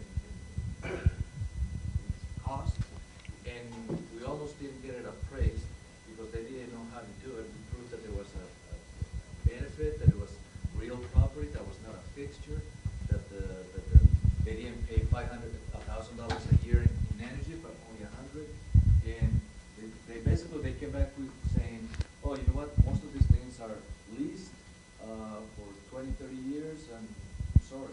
So solar, How do you value okay, so solar solar panel. panels? Yeah, so that's more of an appraiser question, right, than it is a collateral question. So I'll tell you, so the appraiser is going to go out there, and it's going to be up to that appraiser in order to be able to, how they're going to value that solar panel. And I'll tell you, and I agree with what you're saying, this whole solar panel phenomenon is a fairly new phenomenon, right, and it's getting more and more prevalent. And so I don't have the answer to that question on how it gets looked at, because that's mostly appraisers and how they look at it and how they value it, okay, as opposed to, we just go by based on whatever the appraiser says. We took it to underwriting, and underwriting almost didn't get it approved. They had to. Right. So there's a It wasn't the appraiser because the appraiser never had. right. So we have a process for solar. So we need to see the agreement. We need to know what it is. In your particular case, we were talking about value, so that's where it was at, because you wanted higher value, correct? Because it's faithful. Correct, correct. Again, it's fairly new, and that's where the appraiser lies in. We all have the HERO loans, right? HERO for solar, everybody uses them. There's, HERO says they can subordinate, Wells Fargo says they can't. Because how do you subordinate taxes? The HERO program's there, it's attached to the taxes. How do you subordinate taxes? Do you guys know what the HERO program is? Okay, so HERO program, you can tell where I'm at. The conforming space. HERO program is a government-sponsored program that allows you to upgrade your home with energy-efficient items. It could be grass, plumbing, windows, solar panels, AC, all kinds of different things. Fencing, I mean, there's all kinds of different things that go through there. But what happens is, and generally we see them on solar, so that's why I kind of brought it up. You go and you get that, and they add it onto your taxes. They increase your property taxes a percentage to cover the amount of the solar, and that's how you pay for it. So you just pay through your property taxes, so it's tax deductible. You get to write off your taxes and so on and so forth. The problem is that HERO says they can subordinate, but Wells Fargo says, how do you subordinate taxes? Okay, you can subordinate now, but next week, you're still in first position. The HERO problem is also not limited to Wells Fargo. Correct. All lenders have a problem because they don't know how to differentiate what's the real property taxes in that property versus what's that differential of just the solar or whatever improvement is. So the HERO program is an issue. Other than that, if you have like a lease on a solar panel, right, then if the leasing company is willing to transfer that lease to your buyer, no problem. We just have to get that That lease done, and then verify what the payment's going to be, if they're actually purchasing it, or if they're doing like a power agreement, because they're all changing. We have people that are putting solar panels on their houses, and all they're doing is paying for the power that's coming out. The solar company still owns it. That is a utility. We don't have to do anything with that. But if you're going to own it, But if it's paid for, shouldn't the easiest thing to add value would be to take the differential of regular energy cost per year versus what it will be paid, and project it over 20 years, discounted to today's value? you would, right, but again, that goes back to the appraiser piece, because we as Wells Fargo, we do not dictate what an appraiser says the value is. They come back and say, this is what it is. We don't argue with them. That's why it's a third-party company that does those. It's an appraisal issue. I'm thinking in your situation, what might have happened is the area might not have had comps with solar. With solar, so they didn't have anything to compare it to, and it's hard. It's like the old dome homes. You just don't have anything to compare it to. The problem is that we specifically asked for someone that was knowledgeable about solar. Was that a Wells Fargo issue, or was that something with someone else? All right, good. So So, I don't- so let's move on. Okay, good. But that Thank you for lies in the clarifying. Let's appraiser. move on. I've never seen that problem at Wells Fargo. Exactly. There you go, Justin. Way to go. Let's stick with collateral. Condos. How many people have done transactions with condominiums? So there's a question. Well, didn't she have a question about condos? So here's a question about condos. I'll give you a couple little quick tidbits on condos. So the big thing on condo is that you don't want to have any more than 15% of the people being delinquent on their HOA dues. 15% is what you want to look at. The other is, the guideline is on owner occupancy. So the occupancy, we'd like to see 30%, no more than 30%, but we can go as high as 50% investor concentration in there. That's another little rule of thumb that you guys can keep. A lot of people ask us about litigation, right? So the question comes up with litigation. So what's the question about litigation, you guys? You want to address litigation in a condo project? Yeah, we can. What is the litigation for? Is the litigation because there's a crack in the concrete that somebody could trip on and fall? Or is it because we have litigation because they said that that was eggshell and I think it's Mojave, whatever. It depends on what it is. If it's something that's detrimental to the association, to the property itself, we're going to need to address it. We have a process in place that even if there is an issue with the concrete up like that, if it's in the process and we have it, we can look at it and even consider possibly doing it. Litigation is not an automatic, no way, we're not going that route right now. We also have a portal where we can submit a litigation review prior to a deal going into escrow, which is really helpful. Pre-approval. Condo. I want Danelle to talk about this. So what if we get a condominium project that our project review team, and not only our project review team, but Fannie Mae and Freddie Mac have determined that they don't like this project for whatever reason. It doesn't fit in the conforming space. It just doesn't work. What's the difference between how non-conforming looks at it versus how conforming looks at condo projects? The difference is if we get one back that isn't being approved for whatever reason, we can escalate that to, again, the portfolio credit office or higher up to a place we call EP. And we have the ability, because it is our money, to approve a project that typically everybody else says no. But again, it depends on the reasons. Why is everybody saying no? But we have that capability. And the cool thing is she's right over there, so I just go and walk over and say, hey, you need to look at this condo. And that's another thing I wanted to mention is even though we're a really large company, all of us work together for you guys. We go to each other, we talk to Cyrus. It's a small company feel within our team and our region, which is you guys.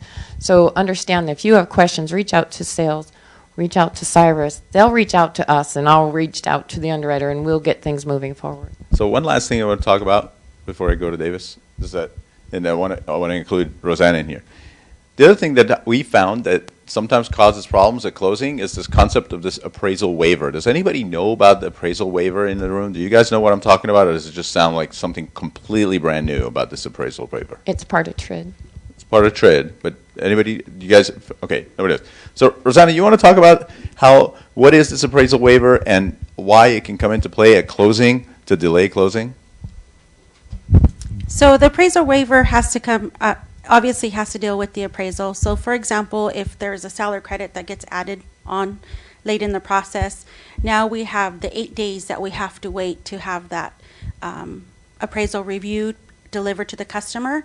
The appraisal waiver is actually disclosed to the customer early on in the process. The customer has the choice to actually waive the review process, and if they do waive it ahead of time, and if there's any changes towards the end of the process with the appraisal, then the delivery is 4 days. Yeah. So the appraisal waiver. So explain to everybody. The appraisal waiver is not a Wells Fargo waiver of some appraisal that we do, but it's a waiver of reviewing for the borrower to review the appraisal, right? And it's correct. And the timeline is how many days is it that they need to review the appraisal? So normally without this waiver, it's 8 days before we actually can close or sign. So usually it doesn't become an issue because when we do the appraisal, by the time you do the appraisal to closing is more than 8 days. Correct. So it never becomes an issue. It's transparent to you guys. It's transparent usually to us because the appraisal's done while we're doing everything else. The borrower, they get a copy of the appraisal, and there's more than 8 days that goes by. So nobody ever hears about it unless something has to change on that appraisal, such as a large seller credit or address discrepancy is a lot. Address discrepancy, like if they address.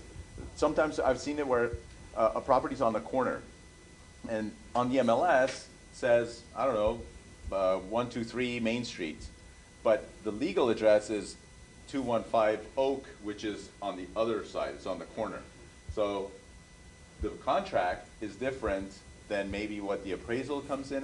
The appraiser says, oh, well, that's not this address, it's this address. Or maybe the prelim comes back different. It says it's not this one or it's that one. So the appraisal comes back, right? Right, and then all of a sudden we have to correct that address.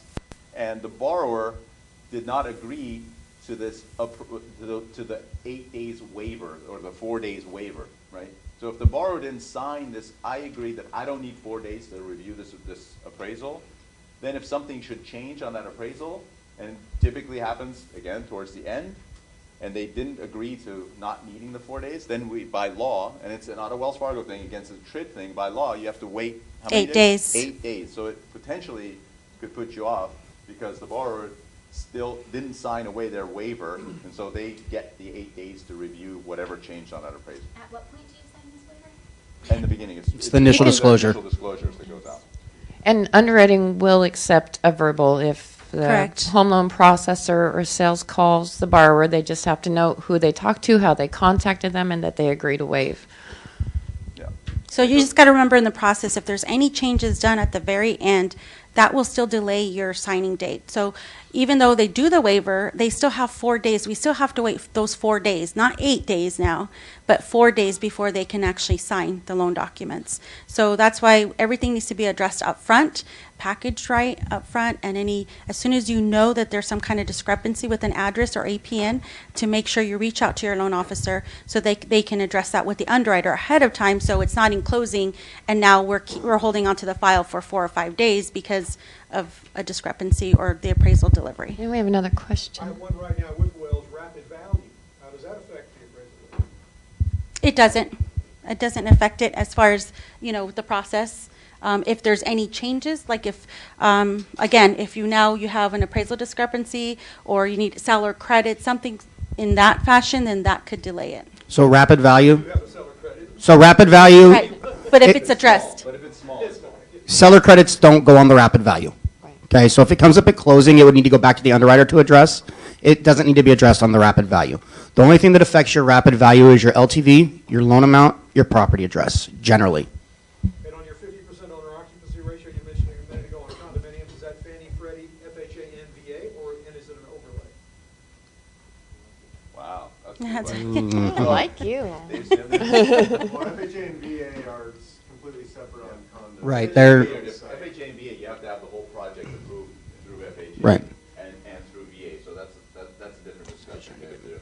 And for them, the guidelines are way different than Fannie and Freddie. And we have LTVs. So if your LTV is low enough, we have a streamline reviews. We have all kinds of different review processes that can make it a little easier to get it done. And So the other thing that I was going to say earlier about condos with Wells Fargo, sometimes being a big bank is bad, sometimes it's good. The good part of condos, we have a site where all of our condo reviews that have happened within the last year stay approved for 1 year. So we can look up an address and say, oh, this has been approved in the last 12 months. We don't need to do anything on this condo as long as it closes by the expiration date. Typically being Yes. big, we've done a loan in That's a good almost point. every condo project that's around here. Somebody's Not done every, it. but A lot. We can also identify problems on condos on that website too. Because they already. If they've already been reviewed and not approved. So it's good to know, we can look at that before they even get into escrow. then we can tell you how to get it approved. Yeah. Danelle, you need to I do. go. I do need to go. So anybody have any questions on non-conforming before Danelle has to leave? Because she has to go to San Bernardino for a meeting. Woo. That's where she came from yesterday. Palm Springs yesterday. Yeah. One last question. One last question. What is your niche product better than anybody else? I know that I used to use Wells Fargo about a year and a half ago. With 5% down, they were almost half a point percentage lower than anybody else, and I used a lot of it. What is your niche product right now that you'll be better than anybody else? Okay, so, all right, niche product. Better than everybody else. You know what? That's a big thing. So let me review the niche products real quick. But first of all, let me let Danelle go because I think you gotta run. I want to give you a little feedback on niche. It used to be, I remember in the good days, everybody had a niche product. In the portfolio world, our niche is that we can use our discretion and our expert judgment to make a decision. And I'm leaving. Thank you, everybody.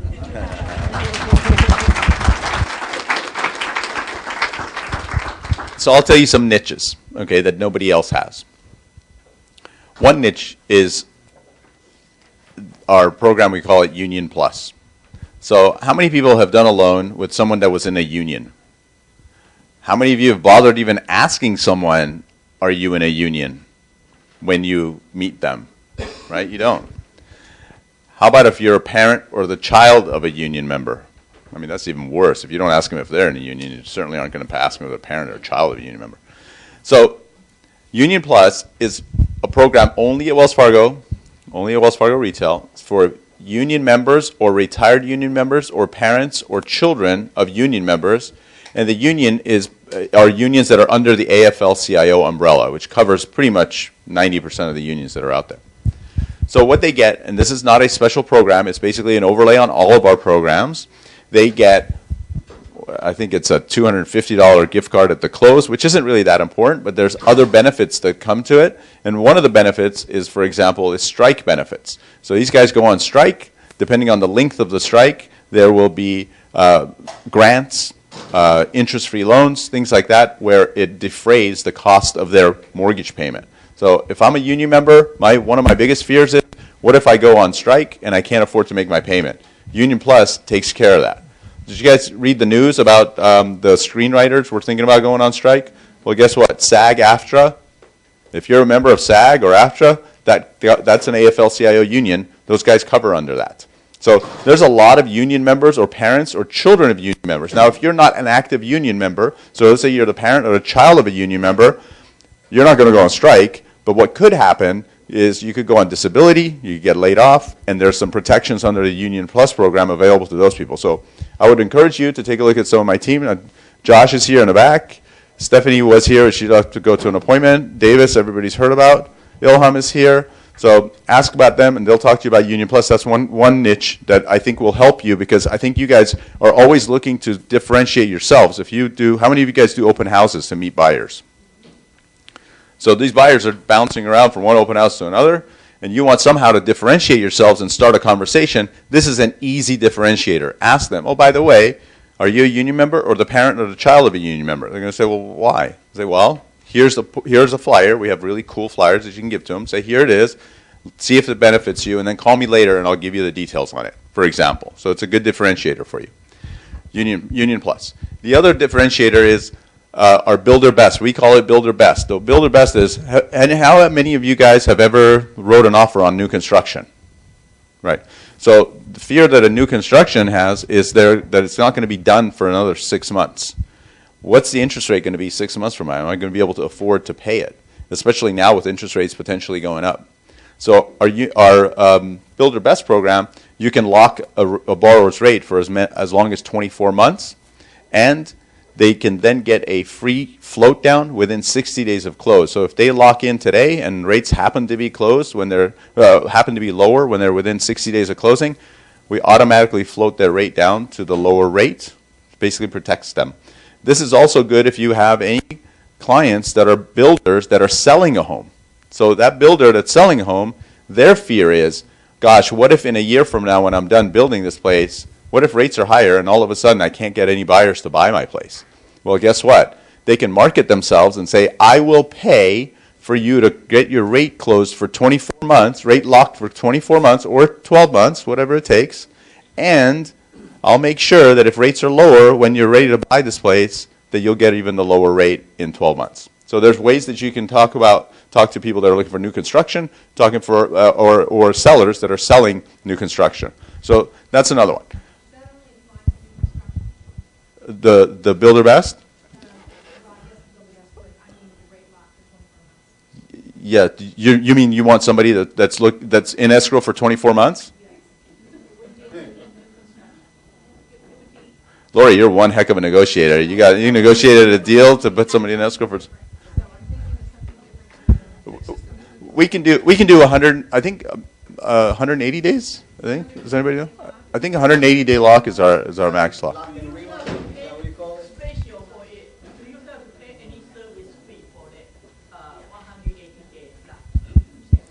You have to pay. Yes, you have to pay for the 180 day lock. Yes, it depends. Depends on your rate. Depends on your loan amount. So we could talk about that. It varies depending on the 180 days. Yep. Let's see what else we have. We have Builder Best. We talked about Union Plus. Oh, yeah, good. Thank you, Josh, for your first mortgage. Okay, so your first mortgage is a loan program. It's 3% down for conforming limits, and it's designed to be better than FHA. So how many people know what the minimum down payment is for FHA? I know you know. What is it? 3.5%. So your first mortgage is 3%. And the rate is higher, but the mortgage insurance premium is significantly lower than FHA, so your overall payment for your borrower ends up being significantly lower than if they do an FHA loan. And it's a conforming loan. And it's a conforming loan. So what happens is a lot of people now are looking to buy a condominium. That's their first home is a condo, right? And the problem is that FHA, you have to get that condo project FHA approved. And it's difficult. I don't know how many, have you guys, has anybody looked into how many condo projects are FHA approved in the South Bay? Not that many, right? And it's a big pain to get it done. Well, your first mortgage with 3% down doesn't require FHA condo approval. It goes through our regular condo process here. So that one. And then we also have our corporate program, our corporate, I don't know what they call it. It's something, do you know what that corporate, the gift card thing is? I don't know, whatever it's called. It's an affinity program. So pretty much, if you are part of any major corporation in the South Bay, they have a partnership with Wells Fargo where you get a, I think it's a $200 or something like that gift card, $200, $250, depending on what the corporation is. They get a gift card at close just because. And so there's a website, we look it up, and congratulations, you get an extra gift card at the close. 89.9, thank you, Ilham. Another unique niche program is our 89.9. So you could do 10% down up to $1 million with no PMI. And it's truly no PMI. It's not that the PMI is built in or anything like that. It's truly PMI, no PMI. And if within the first 90 days, if in the first 180 days, if you bring your loan to value down below 80%, you get a lower rate. We reduce the rate. The other thing that's unique, where did he go? I was talking about unique programs. So you have that 10% program, no PMI? 10% no program, PMI. And then the other is up to $1 million. The other program we have, the other thing that's true of all of our non-conforming programs, so our jumbo loans, which is very, very unique, nobody else has it, is we have a recast feature.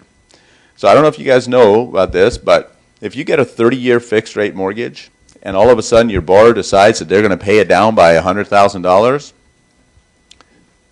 everywhere else your payment doesn't change. And in the conforming world, your loan doesn't change, your payment doesn't change. But in the non-conforming world, if you pay down your mortgage, we will then recast your mortgage based on the new outstanding balance and give you a new lower payment. So what's this good for? It's good for a lot of attorneys. We have clients that are attorneys. They get big bonuses at the end of the year, and sometimes they like to use half of it to pay down their mortgage, half of it to invest. Great, pay it down. We'll lower your payment for you. Anybody else that gets bonuses. Sometimes people say, you know what, I've saved up an extra $50,000 and I want to pay down my mortgage. Great, you can do that.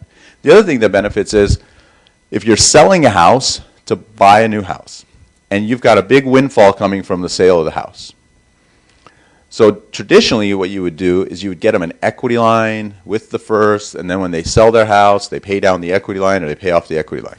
Well, you don't need to do that. And the equity lines typically, especially now with the prime rate going up, equity lines, the rates are higher and they're adjustable. So what you do is instead of that, you get one jumbo loan, and when you sell the other property and you get the windfall, then you can pay down your loan, and then we'll recast your payment and give you the lower payment. So now you have the good 30-year fixed rate, but you have the low payment wherever it is that you want it to be. So these are the unique programs, the niche programs that we have. But really, yeah. No. You can do it as many times as you want, as long as it's a minimum of $20,000. And you have to wait at least 90 days for the loan to fund before you can do it. And the only reason why is because it takes about 90 days between funding and the loan goes into servicing, and so they can kind of keep track of it. So that's the only reason why you have to wait 90 days to do it. Yes?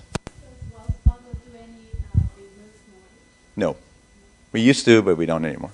And the problem with reverse mortgages was that a lot of times the elderly, they didn't realize that they still have to keep current with their property taxes and their insurance. So they don't have to make a payment, but they have to keep property tax and insurance current, and they would go years without paying it, assuming that they don't have to make any payments, and then it causes a problem, and then, so we don't want to get into that mess. But I know that a lot of times people, again, you guys came in here wondering, why does it take so long to get a loan done at Wells Fargo? I'll tell you the number one reason, and it's because my team is here, and I have 100% trust in them, and plus I'm here, and you saw Ken was here too, and plus, so we have Justin's team, Danelle's team, Rosanna's team. To reiterate what Danelle said, these guys are our dedicated team.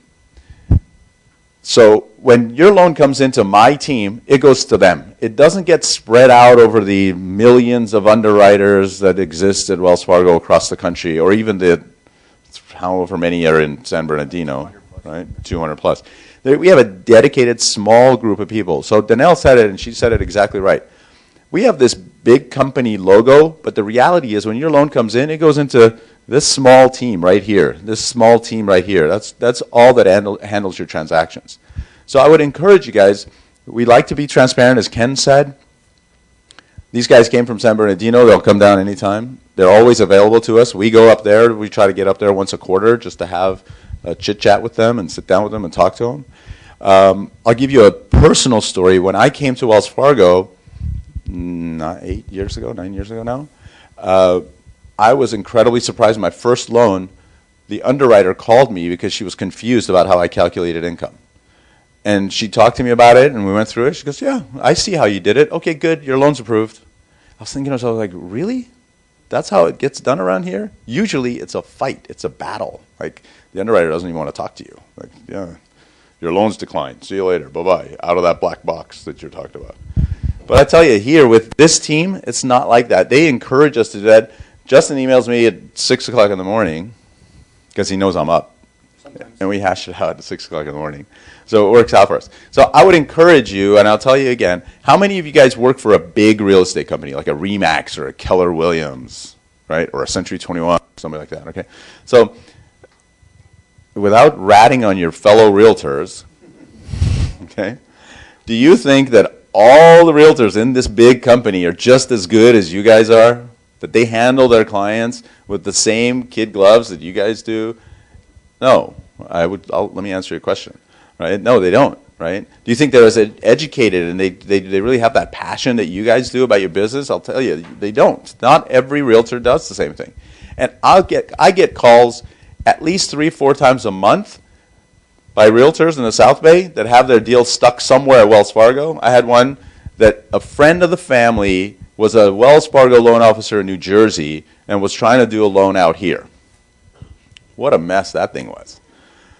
But you know what? The good thing was I called, and we got it figured out, but you know what? They're not used to the closing process, for example, in Southern California. We're weird. We don't do things the way they do it in the rest of the world. We're strange. So I would encourage you, friends don't let friends call 800 numbers to get their loans. Okay? That's a no-no. Do not do that. Okay? And really get to know my team. Interview each one of them. Talk to them. Make an appointment with them. Go see them.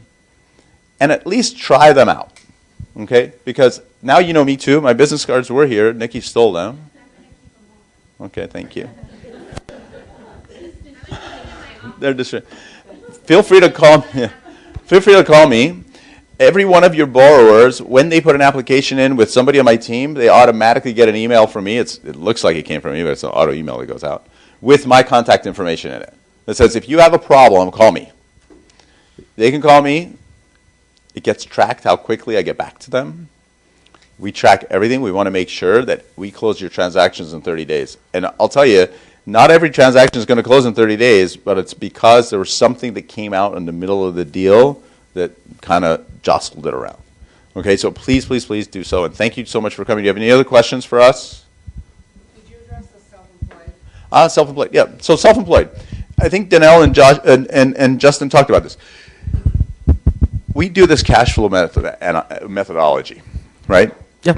And the cash flow methodology is really designed, it takes a look, it goes in and it takes a look, it sees not necessarily what your taxable income was, but exactly how much cash came in and went into your pocket, so that now how much money do you have to pay it? Now, I'll tell you, it works out really well on people that are using their, and I'll get to you in a second, but that really truly are filing their tax returns and declaring truthful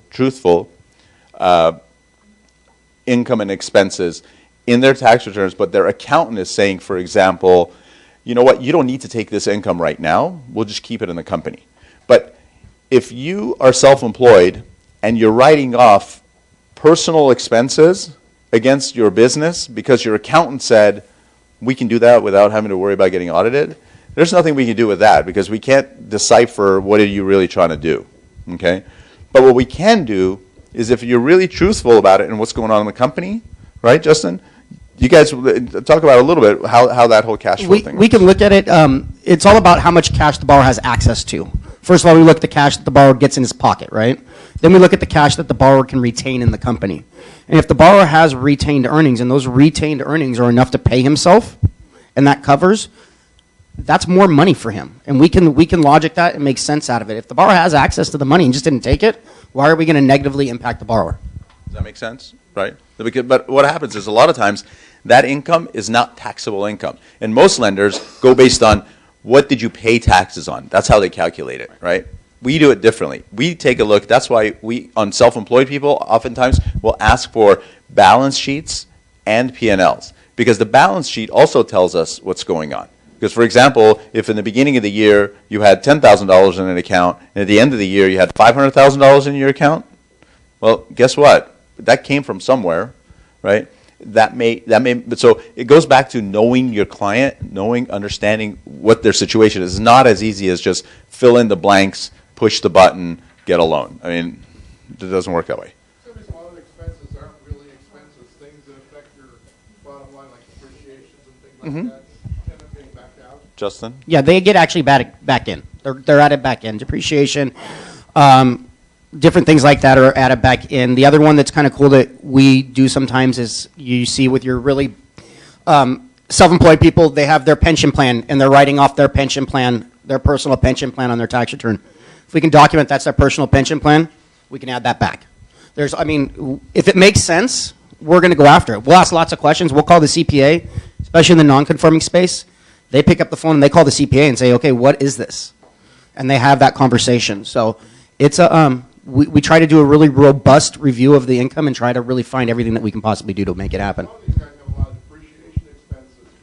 Yeah, we add depreciation back hands down every time. And accountants sometimes do really strange stuff that, you know, even though we've seen tons of tax returns, you look at a tax return and you're wondering, you're like, what did he do?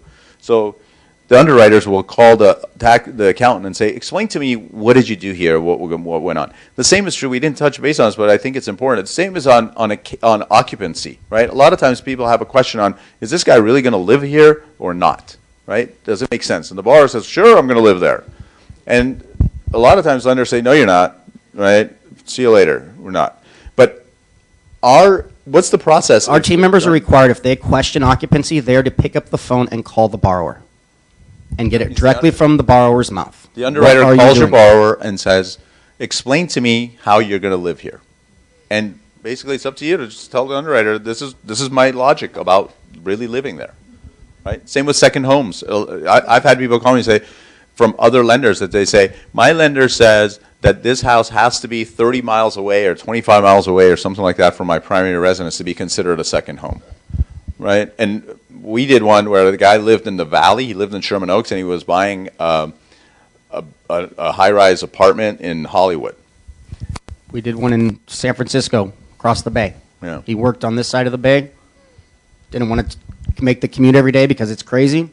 We gave him a second home on the other side. It truly makes sense. I mean, really, honestly, it is. Everybody says that, but it really, really is. And the reason is because we're the country's largest lender. Not only that, but I'll tell you, with all the problems and issues that are going on with Wells Fargo today, we don't need to rehash it. Right? We don't need to rehash it. But Wells Fargo, don't forget that in 1999, a smaller company called Norwest Mortgage managed to buy Wells Fargo Bank. It's one of the few times that a much smaller company was able to leverage itself to buy a much larger entity. And they chose to keep the name Wells Fargo for brand recognition. Everybody knew what Wells Fargo was. Nobody knows who Norwest Mortgage is. But Wells Fargo truly is a mortgage company that also owns a bank. And so no other bank out there is like that. Every other bank does mortgage because they're a bank and they need to do mortgage. Wells Fargo is a mortgage company that owns a bank. And they've chosen that if as goes mortgage, so goes the bank. And so all the problems that Wells Fargo is having, they're looking to mortgage to basically change that whole vision, change that profile. So it's good for us because they come up with all kinds of really great stuff to make sure that these loans move through the system and have good, what the key word now is customer loyalty. And I'll tell you, my team has one of the highest customer loyalties in the nation. And it's because of our relationship with our partners in San Bernardino, and it's because truly I'm proud of these guys. They put the customer first every day, all the time. And that's not a bunch of BS. It truly is. And we send out a survey at the end of every transaction, and we ask them questions to gauge how did it go. And we have, like I said, we have one of the highest loyalty scores in the country, and it doesn't come easy. And it's just so you guys understand how important customer loyalty is to us, it affects people's compensation. It affects my team's compensation, the processor's compensation, his compensation, the closing's compensation, the loan officer, the loan officer's compensation. Everybody is tied to it. So unhappy customers are not what we want. If the borrower doesn't think we closed on time, that's a problem for us. So one of the things that Wells Fargo has done is if you get any emails from Wells Fargo people, you should see a blurb at the bottom of their thing saying, if I'm not getting back to you or you need somebody, here's my manager, here's their email, here's their phone number. There's always a way to get to the next person up above us, wherever you need to go. So, yeah, it's all about the transparency. Thank you, Rosanna. Question: if you don't do soft credit pulls, what other quality control criteria might they impose right before closing? we do a verbal VOE, 10 days prior to closing, and that's essentially it. We do audits on the backside. Wells Fargo pulls credit on the backside after the loan closes, but that's not something that's going to stop your transaction. We get hit on them all the time where the borrower bought a house, double apped us, bought another house with somebody else, and they're like, hey, your DTI's out of whack now. This loan's unsellable. Well, what do you mean? We didn't know about that. We didn't pull the credit. It was pulled after the fact. So we deal with that stuff, but we take that. I mean, Wells Fargo's a company. They're going to take the negative with the positive, and that bucket there that they feel is after closing where they're going to get hit isn't big enough for them to really address at this point. All right, great. Everybody, I think, has my business cards. My team, Steph is here, Josh, Davis, Ilham. Please get their business cards, reach out to them. We're here to help you out and your customers out. Thank you.